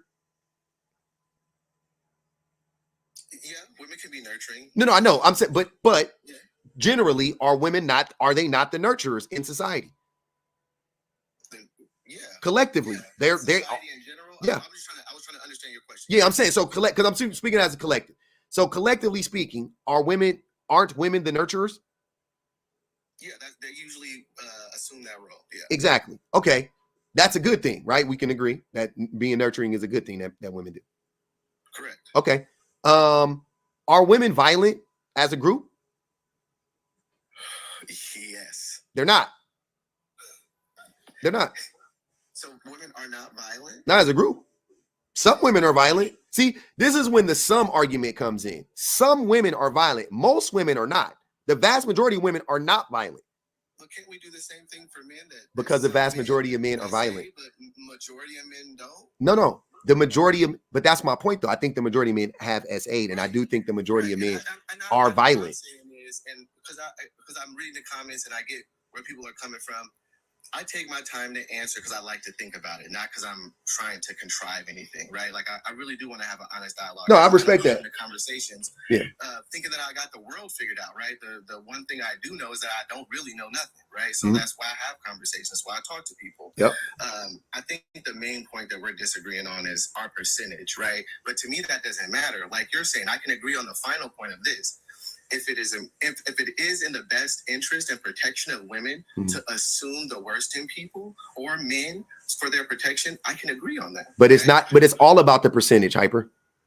You said it's not. It's literally all about the percent. Like I'll give you, the majority of women aren't violent. We have to agree. 98% of violence in the world is perpetuated by men. 98%. 85% of violent crimes are perpetuated by men and are perpetrated by men in America specifically. So the vast majority of violence is committed by men. The majority of women haven't been in a fight. The majority of women have never harmed anybody physically. The vast majority of women, the vast majority. You can't say that about men. I've been in a fight. You were in the freaking military. The vast, like we are very violent. Men are very violent. Women are not. Women aren't. They're not violent. That's what I'm saying. I can agree on that point, right? I can agree that men have a tendency and are a majority more violent than women. Yep. I can agree on that point. I mean, it's not even, but it's that's what I'm saying. I want to be clear. It's not close. It's not women are less violent than men. Like, it's not like it's 55-45 or 60-40 or 70-30. It's 98-2. It's 85-15. It's a rout. It's a blowout. It's not close. And that's important. So that would mean that the vast majority of men are violent and the vast majority of women aren't violent. So I can say that women aren't violent as a group because generally speaking, women aren't violent. You can say that, but that you cannot prove that causation, right? Like those are just two separate statistics that you're drawing a conclusion to, right? One is about violence, and then the other one is about SA, and then the other one is about where that SA happens. So you're taking three separate statistics and you're drawing a conclusion from those. You just did that. And that's all I'm saying. You just no. Hyper, you did that. You did that. No, Hyper, you did that. I didn't do that. You just did that right now. I never did that. You just made, that's a straw man argument. I never did that. I completely separated them. Where the 90% comes from, right? So if that's not the 90, hold on, I'll walk you. Hold on, let's go back. Hold on, let's go back. The 90% comes from the 90% of women that have been SA'd. That's what I'm saying. That's where my number comes from. Because I'm thinking logically. Was an individually different person. I think yes. Absolutely. Does it more than once? It's just it's not a matter. Hold on, wait. I think most 90 men got multiple essays underneath. Hold on, listen to what I'm saying, brother. I think that that the margin of error for this is 2 to 3% for the men who double up or triple up on this. I agree. Yep. There are men, one way or the other, might be men who do it, might be men who do it more, whatever. But around 90% of men, I believe, have done this because, sir, we live in a great, hold on, Hyper, hold on, wait, hold on. We live in a great culture. We live in a culture that doesn't teach men, consent. We don't. As a culture, we don't. Men don't know consent. You said you do, you did, you got it, great. Most men don't though. And you have to be, if most men are taught consent, why did they have to teach you a class? Why'd you have to go in a class? If most men understand these things, because in the military, sir, because men don't. It was mandatory because it was a rampant. No, I'm agreeing with you. That's what I'm saying. Because men don't understand. Because men don't understand. That's my point. Women understand. Men don't. That's my point. Men don't understand. So you got it. So you got to teach a class on it when you're an adult. But you're an adult now. What about all that time? What about 10, 11, 12, 13, 14, 15, 16, 17, 18, 19? Now you're a man and now you took a class on it finally. And and it took for you to be in the military, but most of us aren't in the military. So where do we get that information from? Most men never get it. That's why I said I agree with you on that point, that there was some enlightening points when I sat down in those classes of things that could have been situations, not for me, but things that I had seen other people in. Like, I didn't even think that was an issue or a problem or whatever the case may be. So I can understand what you're saying as far as 90% of men have done this. I think the qualification that you gave me of, yes, there are repeaters like that, maybe 2-3%. That's I think the part that maybe my mind was going to, that I don't think most men are doing this consciously and trying to, like, I guess, repetitively do this. Bro, you know what I mean? SA is SA, brother. I didn't SA nobody. I wasn't like, oh, I'm gonna take. It wasn't none of that. I didn't know consent. I didn't know it. It's still SA. It doesn't change it at all. That I can agree with. Here's what I'm saying, Hyper. Do I think most men consciously do it? That you and me can agree on. I'm gonna say no. I don't think most men consciously. I think that demographic of men is smaller. I do think that the society, it's just like talking about racism. Are white people consciously making the decision to be? Probably not. Probably not. But are they still racist? Absolutely. So what's the difference? Right. I get you, and that's why I hope people can understand that this is a difference of just trying to understand each other and get like you said, I don't know you, you don't know me, so like the way we communicate and how I'm taking your words, how you taking my words, it's kind of got to find its balance. So I feel where you're coming from with the 90%. It's happened 100, because like I said, I can't think of a woman that I've talked to that didn't have a story, right? And I got to acknowledge that.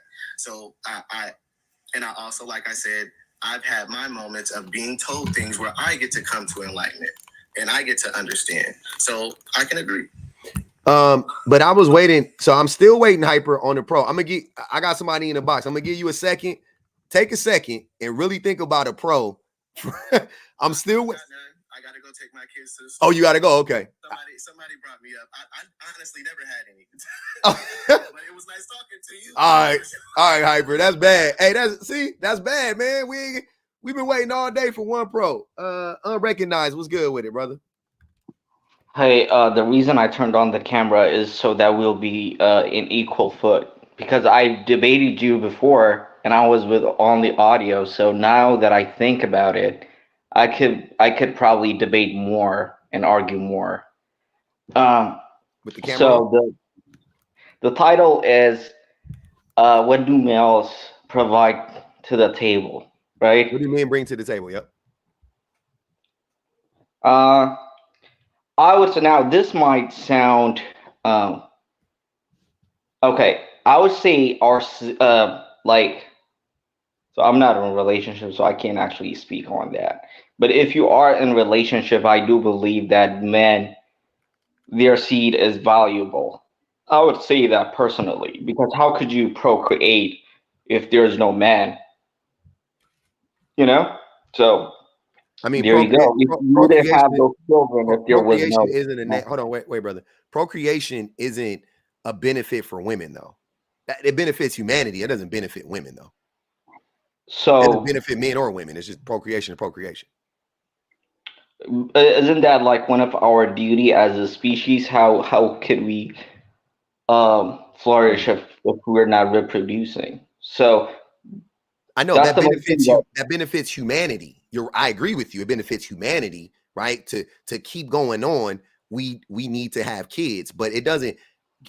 Giving birth weakens women. So how is it a benefit to women? It doesn't make sense. It doesn't benefit a woman to have a child. She loses money. She's at risk of all types of health problems and stuff like that. And then her labor increases after she goes in labor, right? Her labor increases because she has to take care of the child, right? So no, it's not a benefit to women. Having children isn't a benefit to women. So remove that one. What else do you got?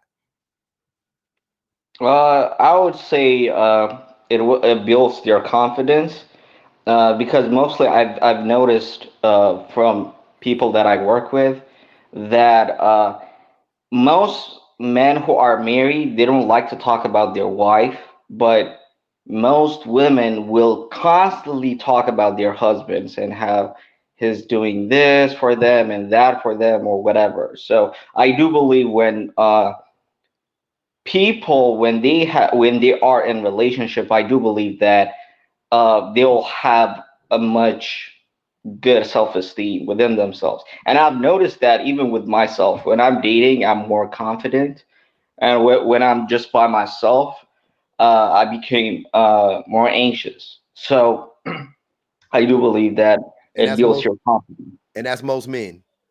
Most men feel I like would that. say all men. I would say all men, but I would say that now me personally, I only believe in women to men. So I don't believe in any other form of relationship, me personally, because I don't see the benefit men each other. I don't believe that we benefit each other. You get what I'm Okay, saying? so you're saying you're homophobic. I got you. I don't know. I don't know why you would rephrase it in that word, but you get what I'm saying, right? If I get two exactly what you're men saying. You're don't benefit homophobic, each you're other, transphobic. Yeah, I got you. I don't know why you're using words against me. I mean, I never That's literally said. what that's what you just said. When you said that I'm not in favor of relationships between men and men or women and women, that is like textbook definition homophobia, sir. I didn't make That's that just my up. religious interpretation. I'm not saying I hate them like individual on an That individual that's level. definitely a form of hate and bigotry and Okay. prejudice, without a doubt. Well, no, I just want to make clear because I do not believe men we're beneficial to each other. Like if we are Mhm. in a relationship within each Okay. other. Why aren't men? See, I think you said it right there. If men aren't beneficial to each other, then we're not beneficial to women. Just No, so we're clear. beneficial to each other. What I'm talking about is if we were in a sexual romantic relationship that's detrimental to us, men, if we do that with each other, uh, but when we get together with a female, we're having kid, we're procreating. That's all you got is kids. So remove kids from it because we already established that having kids is not beneficial to men or women. It has when you're unalived and gone, your kids, what do your kids have to do with you? Nothing. So kids are, I love my children, right? I love my children. But they aren't I wouldn't say that I needed to have kids. You see what I'm saying? I didn't need to have children to be happy Yeah, or whatever. I yeah. would have been happy. I would have been, regardless, I would have just found happiness in somewhere. I had a wife the whole time. I'd have, you know what I mean? I already had a mate, a spouse here. I love my kids, whatever. But it's totally completely different. You don't need to have kids to be a complete person. You don't need to have kids to be happy or healthy. So I don't think so. Yeah. yeah. So I mean, I would agree with you because one of the things that I feel really, really happy about is the fact that I don't have kids. My life will be more miserable if I had kids. I'm Like, happy you don't have kids. oh, because of the I ain't gonna even homophobia. hold you. I You're think talking that's about the homophobia.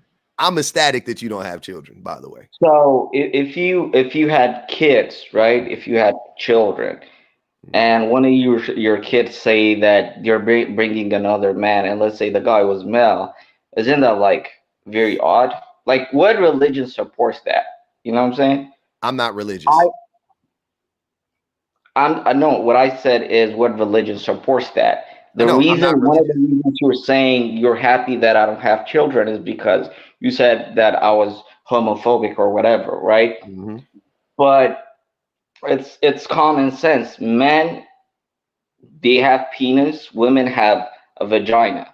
So the penis goes into the vagina. There's no other way about it, right? That's how it works. You know what I'm saying? It's like, Men and women have mouths. Men and women have buttholes. There's all types of other orifices. So no. What I'm trying to say is, from that point of view, if you see it from that point of view, the reason now men are saying that women bring nothing to the table, or women are saying men bring nothing to the table, is because we have stopped to see the opposite gender functions because we are seeing how the culture is changing towards something that is wrong. And that's why I point out uh, people who are same sex because now we're resenting each other because of the culture we created. I do I don't believe think it's wrong. And I I'll be can't honest with you. imagine the world being without without women. Like, how do I live? It's very hard. You You know what I'm know saying? what? You're not Yeah. you sound like a typical man in that regard. How would where would I be without women? Yeah, exactly. That's how men feel. But when you ask women what would the world look like without men, most women will tell you awesome. It'll be great. I get to walk How- outside at night. how- I get to walk outside at night and don't have to worry about somebody running up on me. I don't have to worry about getting oppressed, you know, at work. I'm gonna make money. I'm gonna, you know what I mean? Like that's so. See what But I'm saying? I do The not dynamics believe aren't the that's same. the case, though. I don't believe that men will be less savage. Like, I get what you're saying, right? I do not believe that we will become like the entire structure will change where men will stop, you know, unaliving or raping or whatever. That's going to continue. So we have to stop to live in like a delusion where we would assume an ideal world that doesn't even happen. You know, it's like, But what is the relevancy of this? I'm not understanding. no, because you're trying to say, oh, you know, I wish that men stopping this or men are violent or whatever, which I agree with you. We are more, we are the more savage gender, right? You know what I'm Men saying? are no. I don't think it's who's more savage. I Yeah, think yeah, women as a group aren't savage, and I think men are. I don't think women yeah, are yeah, savage. that's what I'm saying. And that's just our nature. That's how we were born, you know? We're born to be Got those 10 on that savages. boy head. They got 10 on that boy head. Nah, man. I'm And if you disagreeing hate with you. that, you hate men. And you hate Who? yourself, you as a man. Because if you No, hate being a savage, that means you hate your nature. That's your nature. no, it's not. That's your nature. That's you. You're trying to justify you being a savage and you not having empathy and stuff like that. That's you. And you don't come off as a savage to me. You know what I'm saying? You don't I seem, don't. you just Me come off as, personally, yeah, I you don't. just I come don't off as a lie. bigot. You don't come off as a savage so much. You come off as a bigot. You know what I mean? A You really, to baby. me, like like on some man to man stuff, you like soft and gentle for me. Like for, you know what I'm saying? Like as a man, like I wouldn't, Yeah. ain't no savage. You know what I mean? Like I'm like I ain't saying I am, but like I know some savages. Like you don't fit the mold at all, right? Me either. I'm not a No, savage either.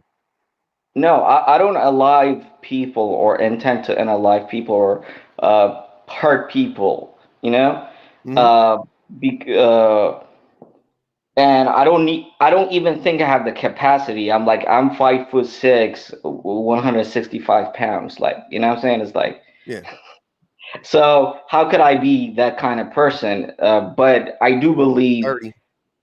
yeah, being like, you always talk about men lacking empathy and not becoming emotionally available. And I do believe that we're not supposed to be emotionally available. We are supposed to be nonchalant. I mean, I've debated you on that, You don't and think men are supposed to be emotionally available? So why would a that's why woman I want to stopped be? going to So why? therapy. Hold on, wait. So why would a woman want to be in a relationship with a man who is emotionally unavailable? Why would they be? They're Yeah. not obligated to. If a woman says, I have two sisters. If both of my sisters say that we don't need a husband, we don't need a boyfriend, we just want to live by ourselves, I'm okay with it. Why are people fighting over it? If 90% of women decide not to be in a relationship, that's okay. You go about your day. But if you're asking, you know, us being emotional is very odd 32. because if I came on your live and start crying, and let's say it's not that my mother, you know, passed away Can I or ask my you a father question real passed quick? What have your experiences been with women? Have you been successful with women? Would you describe your have you damn, all my relationships have failed. But damn. uh, but here's the thing though. I'm sorry, unorganized man. They paid to drop you, fam. I thought it was about to get interesting. I ain't gonna even I was ready. You can pay 100 and come back, brother. I want to have a conversation with you. Just my cash app is there. You can pay the 100 and come back. I don't know. You can come back tomorrow. We can start over again. I'm sorry, brother. I appreciate you coming up. They was asking, was that boy writing a manifesto as we speak? I was like, oh my God. You was falling asleep, Liv? It was about to get active because I was about to I was about to start asking some questions. I had some questions for that boy. I was like, wait a minute. Yeah, man, just drop 100 in that Cash App and come on back, brother. I'd love to have you back up here. What up, Kay? Man, you got a knack for making us feel uncomfortable. It got to be, you got to hate us.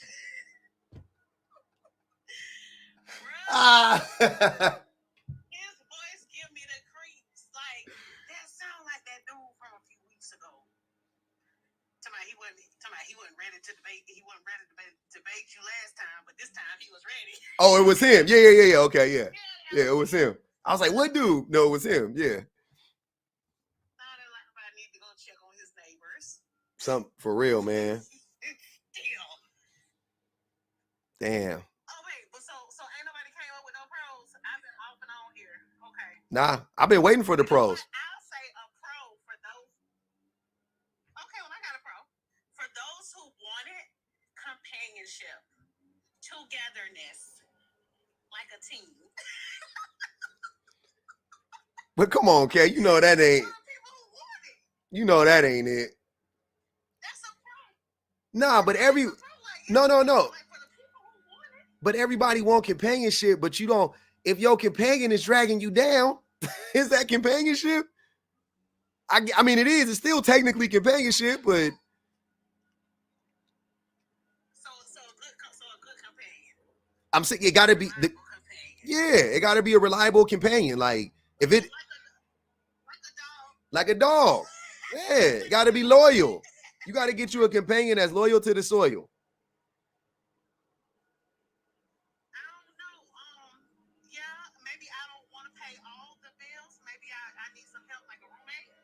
That's why I said 50-50 on the bills, because it's expensive out here. Yeah, that's true. In this economy. Yep. That's a pro. So you're not completely destitute. Man. I got nothing. You're not making no cases for the men's. We taking L's today. I've been waiting. Hold on. How long we been live, y'all? 3 hours and 25 minutes we've been live. I've been screaming in this microphone. Ain't nobody got a pro.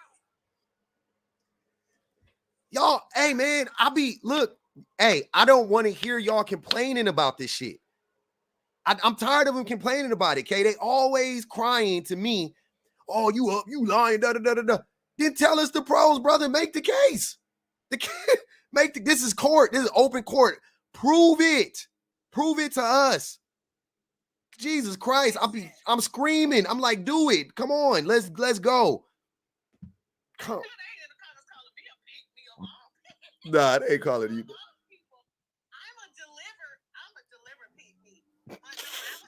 Your pick me can be deleted.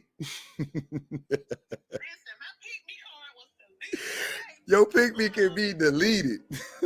My wholeness was deleted. Your pick me was deleted. We good.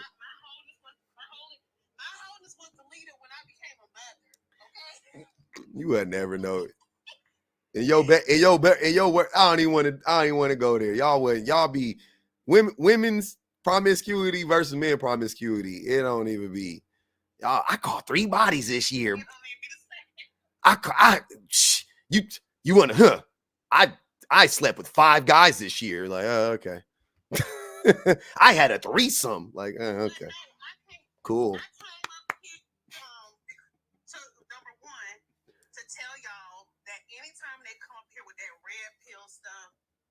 They don't understand what public talking about. They ain't never seen, never been, never known anyone to do that type of shit. They always have a certain look. Next time, y'all, just go look at their page. Look at their page. Look at their aesthetic.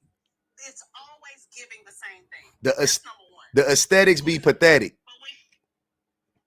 Yes. And then when he said that he had a lot of junk in the trunk and the ladies was picking at him, I really requested up here to ask, was he shaped like a young lady? Like, a young lady that you speaking of? Hey, he said he had a lot of back. He said he had a lot of back. I'm thinking like your back is big. Like, you got to unbig your back, brother. That boy said he had lady humps. He said, my lumps, my lumps, my lumps. My lovely lady. Look, I was like, she told him to lower it, and the other lady said he can't.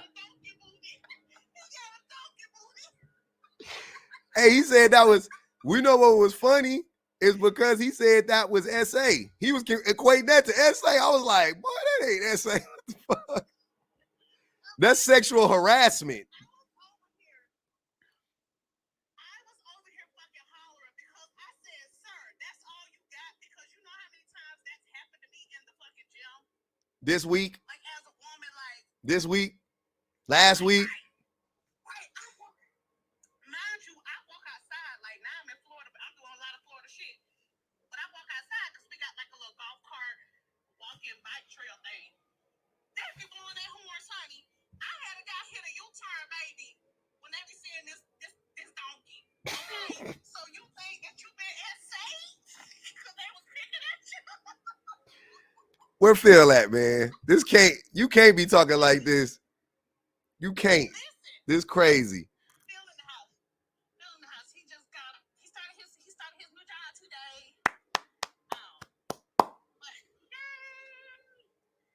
And he's excited, so we're excited for him. But yeah, that man, they don't know that they really don't public. They really don't know what SA is. Hold on, wait, Kate. I just thought about something. He was telling us, oh, I've never done that. I always known not to do that. Whole time he didn't know what SA was. And he took a class. So you took a class, and that's why I be like laughing at how much these dudes be lying. I'm like, why y'all always lying, man? Oh, I ain't never did that. Y'all still up here lying? Okay, cool. So I'm the only one. Cool. I'll be the only. They be thinking I'm like, brother, I will admit it. I will admit it. It ain't nothing for me to admit it. Nothing. It's you look worse. Mm-hmm. They be trying to gaslight all of us, though. It ain't just you. Like, they be trying to gaslight all of us. Oh, no, that's who he really was trying to gaslight. He really was trying to gaslight y'all, but doing it to me, you know what I'm saying? Like, nah, that wasn't me. I never did it. But the whole time he looking at y'all like, nah, I never did nothing like that. You know, I'm an attractive guy. I never had to like, oh, okay. Cool story, buddy. But in his defense, just what, like I'm saying, because of the patriarchy, because of how I was brought up, there were so many instances besides the very particular one that in which I was SA, like blatant SA, right? Yeah. Versus the ways in which we have now discovered what SA is. So in their defense, I didn't really know. You didn't even know. Yeah. No, most of the girls, when you do it, women, young girls, women, whatever, they don't even think about it because women are also conditioned. Women are also conditioned by the society to not think that's just normal. Men just supposed to beg for it. We supposed to grovel for it. We supposed to fucking cry like Wanye from Boys to Men and be at your, please just let me lick it a little taste. Let me just lick it let me do like this. And I promise I'll be out your hair. You let me just go, and I'll be out your hair. Just kiss it one time, Lily. Just kiss it one time. Grab it. Come on, bro. Come on, bro. Y'all got to stop lying about. Stop. We don't get nowhere lying about it. That be the thing. I'm like, y'all want to grow up or you don't? You want to be stuck doing this shit? You want your sons to come out and do the same stupid shit that you did? You want your daughter? You screaming about your daughter? Protect your daughter by you not lying. Like, I know somebody who was impregnated by their now ex-husband because he penetrated her while she was sleeping. Oh, yeah. And then diabolical divorce and then being evading child support and shit. Like, what? He lucky he ain't in prison. Exactly. But you gotta think, she doesn't even, because she was married to him, she doesn't think she was SA. That's SA. Man. Crazy. Anyways, yeah, I just came up here to ask him, was he shaped like a young lady? So if you listening, we need you to cam up next time. That boy voluptuous. He got it in all the right places, man. And that boy got lips, hips, tips, and a bar. What candy song say? Legs and hips and body. Body. All right, Kay. Hey, where you go, Mo James? Y'all that be the thing. Y'all be impatient. I invite you up and you drop in 2 seconds. You was up here for 15 seconds, brother. Y'all that impatient? You ain't nothing you had to do. Come on back, Mo James. If y'all find Mo James, man, invite that man back up. I don't know why he dropped. I was getting to him. Y'all got the patience of a goddamn housefly. Y'all just want to just hop around. Hop here to there. Here to there. From there to here. There he goes. We got him. What up, Mo? My bad. My fiance called. Oh, okay. I like, damn, 2 seconds? You couldn't wait 2 seconds? Crazy work. Thanks for having me up, though. You good, man? It's a hell of a question, a hell of a prompt. The only thing I could come up with, which admittedly is a stretch, but I think it'll be a good conversation starter. I would say calm, a stoicism, tends to be I hate saying this out loud, because I would say it tends to be a lot of men who I would say I associate that trait with, but that's admittedly, what is that called? Anecdotal. Yeah. But, that's what I would say, at least the men that I know. So that's a good, that's not to say that's always the answer to things. But I will say that, healthy relationships are a balance of personalities, a balance of emotions. And so, I feel like a lot of times, at least in the relationships that I know of, including mine, I disagree with that. Women tend to be on it, on it constantly, like, let's go, let's get it. I disagree with that, because if you're in a relationship and both people are empathetic, that's what you want. If you're in a relationship and both people are you see what I'm saying? I don't think it's a balance of emotions. I think that you both need to have certain a lot of certain emotions. I'll take that. I'll take that pushback. But hopefully you get what I mean in terms of a lot of times it's a balance. I'll take the word emotional back and say it's a balance usually of let's stick with personalities. Mm-hmm. You got to have a healthy amount of optimism, but also you got to have that realist. And so in that way, you could be optimistic and a realist at the same time, but you don't need optimism and pessimism. You know what I mean? You don't need somebody to always, and I'm saying you don't always need somebody to be pessimistic, and then you need somebody to balance you out. Like here's what I'm saying. The pessimistic person needs the optimistic person, right? Because the optimistic person, I feel like that's the healthier, not delusional, by the way. I'm saying healthy optimism, fine. You never really need pessimism. Pessimism is almost always frowned upon, right? Realism is good, and optimism is good. Pessimism, for the sake of being, that ain't gonna work. We can't never do that. That ain't. Who fucking needs to hear that? Always looking at the glass. Healthy optimism exists. I would say healthy pessimism, because I consider myself a healthy pessimist, to be honest. Healthy pessimism is realism, though. That's you know what I'm saying? That's you being a realist. The odds are you aren't going to make it to the NBA. You're not a pessimist. You're a realist. You're right. I take that. Odds are you're not going to ever be a millionaire. You're not. That's not That's not pessimistic. That's realism. Yeah, I'll take that. Right? But if I'm like, I want to go back to school and get my degree, and you go, school is for dummies, man. Nobody needs to go to. That's pessimism. You don't need that, man. Da da da da da. Oh man, you shouldn't don't even try, man. Degree, hey man, for every degree you go $50,000 in debt. Like, that's pessimism. That's what yeah. But if you say, hey, realism is, but hey, it might be kind of hard. You know what I'm saying? I know how you gonna work that out with the kids and the. Because that could be somebody trying to bite off more than they could chew, and you might have to. So how we gonna work it out? You know what I mean? Like, if it's you and your spouse, how we gonna work that out logistically? You got kids, you got a full-time job. Are you planning on quitting? Are you planning? No, I'm gonna work full-time and I'm still gonna do everything with the kids. Well, how you gonna do that and go to school? You got to make it make sense. You know what I mean? Like, you ain't being a pessimist. You just like, let's have the conversation. And then when you get all the facts and then you go, I don't think you're gonna be able to do that. That's not you being a pessimist. That might be real. Yeah, no, I agree with that. I'm gonna stick with the point of calm. I do feel like that tends to be a trait amongst a lot of men. Men are wow, this is crazy. Men are more calm than women, generally speaking, you think? I would say so. Now, of course, as far as I know, maybe you could point me to something, but I don't think that there's any quantitative evidence to back up either side. Violence.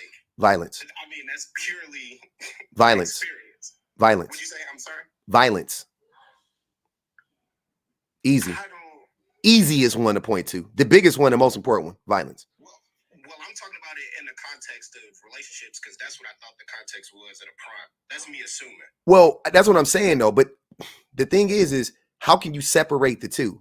If men are basically, then you would have to believe that men are damn near bipolar. If we are the most violent compared to women, the most violent by far, right?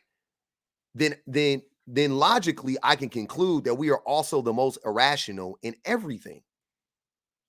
No, I wouldn't agree with that. For example, I've been watching you for a while, and I know that you're married. Mm-hmm. Now, I can't speak for you, so I'll just frame it as a question. Okay. Have you had situations in which you and your wife have encountered a difficult situation, mm-hmm. and you've been the one to be like, now, hold on. It's yes. gonna be cool. You have encountered that. That's basically what I'm saying. I know, but I wouldn't. But wait, but listen to what I'm saying, Mo. Yes, I have been the cooler head in certain situations. Who has been the cooler head the majority of the time? My wife, not even close. Oh, wow. Not even. For every one time I could think of for me, I can think of 50 times for her. Because I be wilding. You know how many times my wife, especially when I was younger, I've been with her for 17 years, right? But I'm an old man now. I ain't tripping. But when I was 25, 6, 7, when I was like ready to get down with everybody, my wife would, calm down. It's not that. You know how many times she done had to stop me from getting like jumping on somebody? Oh, babe. Oh, stop. No, don't do it. Don't hurt. Like I was wilding. Like she saved me so many times from getting from who knows what, police, going to jail, worse. Who knows? You know what I'm saying? Like, nah. So no. Yeah, my wife has definitely saved me way more than I've saved her. All right. Well, I mean, that's the only thing about that point is that it becomes purely anecdotal. So, of course, I can't argue against your experience. I would say that hasn't been my experience or, my father, my brother, the men in my life who are married, but I hear you. Come on up, Keyshawn. We'll mute you. It's not hard to believe, I believe. Yeah, I know. And also that's not hard to believe for most men, right? Like, let's be real. I'm ready to concede that point, but you think all right. So beyond violence, who is more erratic and irrational in a relationship financially? Who is most likely to do something irrational with the money? Definitely men. Who is most irrational? Who is most likely to do something like up and quit their job? Like, like just get heated at work, get into it with their manager, and then just quit their job. Oh, see, I don't know if I'm ready to. I'm not ready to say men on that one. That's no doubt about it. That's men. Who is most likely to Who is most likely to be combative?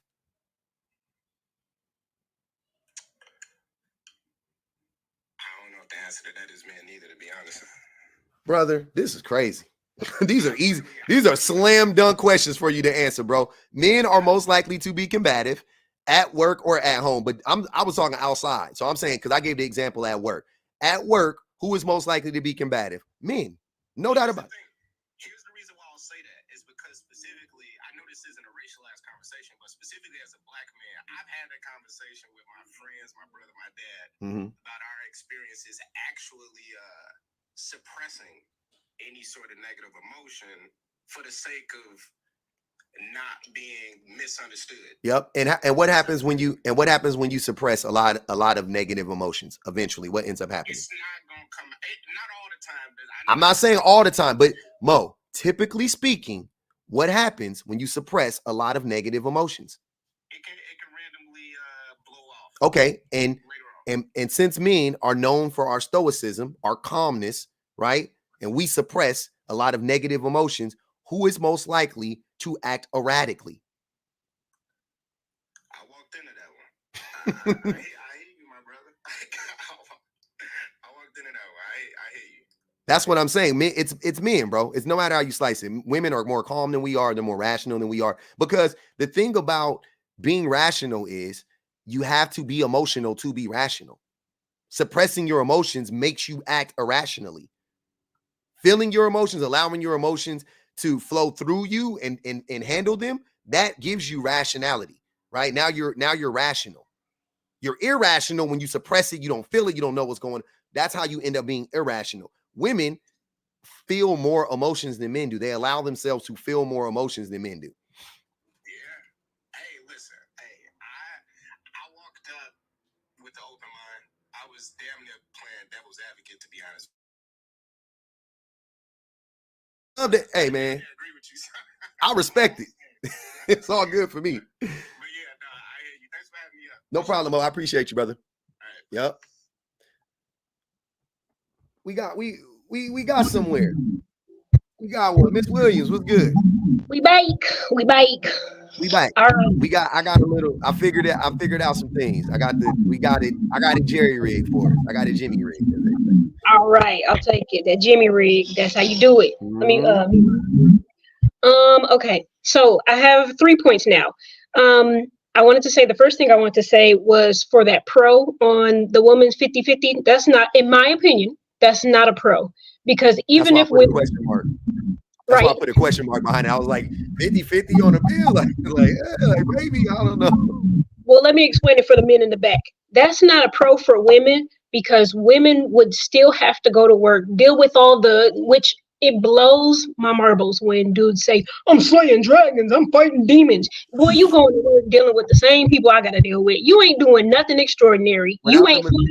Hey, they doing it without the misogyny though. They ain't got to worry about the misogyny. They ain't dealing with the same stuff. Me and you black, you dealing with black people stuff, right? We dealing with work stuff, but you dealing with women stuff. I'm just dealing with black people stuff. You dealing with black people and women stuff at the same time. I'm dealing with poor people stuff. You dealing with poor people stuff. We working class people. We dealing with working people stuff. You dealing with it's the same stuff. What's the difference?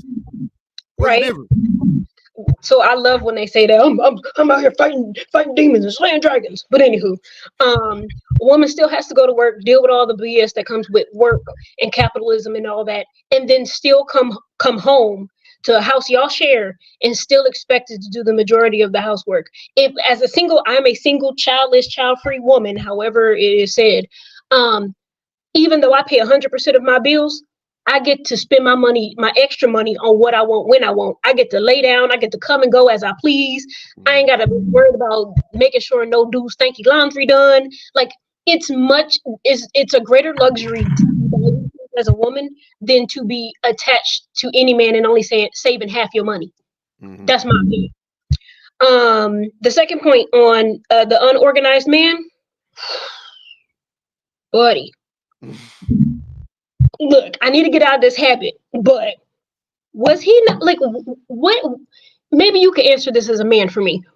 Why are so, and I believe it has to do with conditioning, patriarchy, and capitalism and all that, but why are men so rooted in the physical world? Like, why do they believe that's all that they are, and that their only function and purpose is to make more humans? Like, I don't get them. Because we don't see. We dehumanize ourselves. Yes. And it's easier because that's easy to just procreate and go have a job, right? Like, that's easy. I can see that. You know what I'm saying? Like, that's just easy. You ain't got to deal with no emotions. And you don't have to grow, and you don't got to go through the growing pains of being a man. You don't got to deal with none of that stuff, right? You just go to work, hump like bunny, have some babies. Yay, I'm a man. Like that, you know what I mean? But like being a human, tough. That's tough for men. That's a tough thing for most men to deal with. So we relegate ourselves to the gulag, right?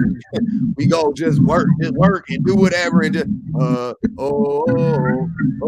we on the chain gang, we doing what we do. Like we would rather do that. And then we have then from that we build up where we take on a victim mentality, like, oh, woe is me, like you said, we out here fighting demons and dragons, but you're doing it to yourself. You don't gotta be like that, right? We if we stood up and we changed the power dynamics in our society, men wouldn't have to be slaves. We wouldn't have to be, slaves of capitalism and so on and so forth. We could go to work for 30 hours a week and come home and see our families and touch grass, and, you know what I'm saying, and do other things that we want to do and cook or whatever. We could stop saying that this is GAY if we cry, or if we want to paint, if we want to, like, I painted my nails, if I want to wear pink, whatever we do, we can stop doing that to each other, allow each other to express ourselves and live in a better world. We can do that. We can do that for one another. We choose not to, though, because once we do that, right? Once we do that, then the misogyny, we're unpacking our misogyny. Once we unpack our misogyny, then we tear down the patriarchy. And once we tear down the patriarchy, we have to remove, we're not empowered anymore.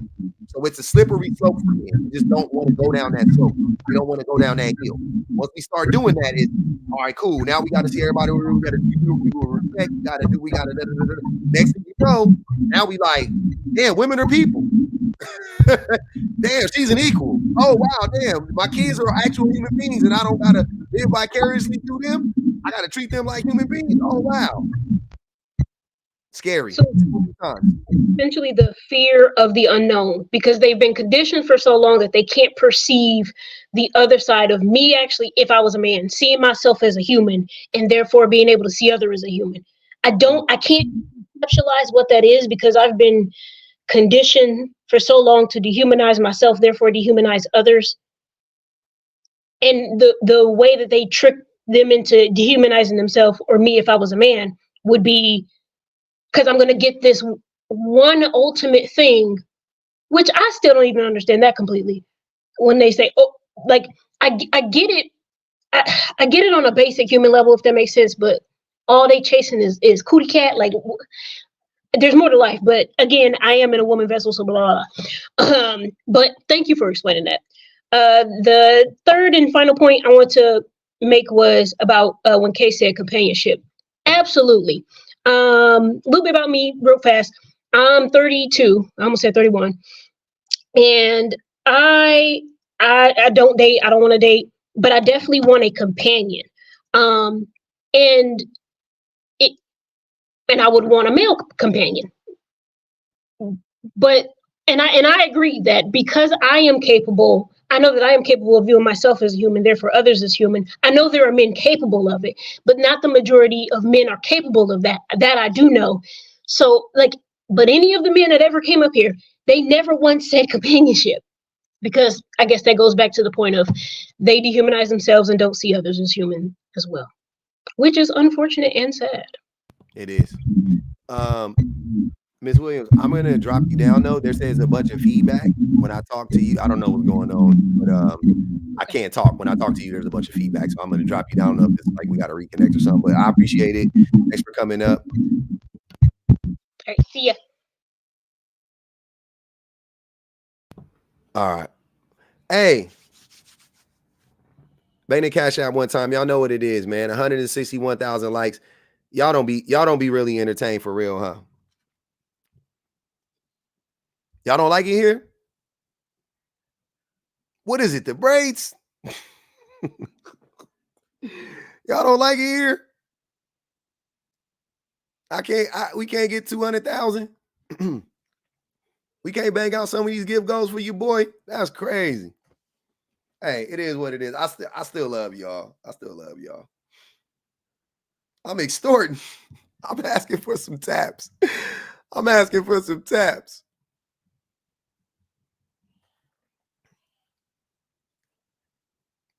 All right. I ain't gonna hold y'all. We on our 4th hour. It's time for your boy to go eat lunch. I really, really do appreciate y'all rocking with me.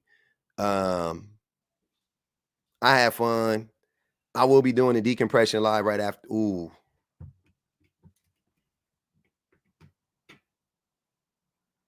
I should be doing a decompression live right after this if my other device is working. Let's see if my other device is going. If my other device is devicing, we're going to have a decompression live right after this. Appreciate everybody on the YouTube. Thanks for the shout out for the super chats. I appreciate y'all. Midnight Snack. Your multiple biz owner, Midnight Snack again. Melly, Bonji Baby, I appreciate y'all. Yeah, it's gonna be on YouTube, Jim. I mean on TikTok, sorry. Yeah, the new computer is in. That's why I've been active on the YouTubes. We've been live on YouTube. YouTube is a hellscape, by the way. Come back tomorrow. What's his name? Whatever. What was that dude's name? Unidentified or unrecognized. Come back tomorrow, unrecognized. I got you, brother. Shout out to the best mods in the business, man. I appreciate y'all. Shout out to all the new unorganized. It was unorganized? I thought it was unrecognized. Okay, unorganized. All right. Shout out to the best minds in the business. Shout out to the new subs. Shout out to all the old subs. Everybody that banged the Cash App, I appreciate y'all. Stop trying to coerce us. Is crazy. Why are you not a mod on this account, Tori?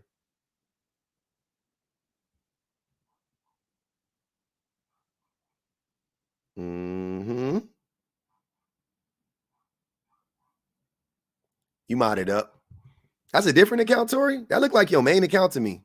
Oh, it's a new account. Okay. It looked like your other account. I don't know. That's what's up. Were you not entertained?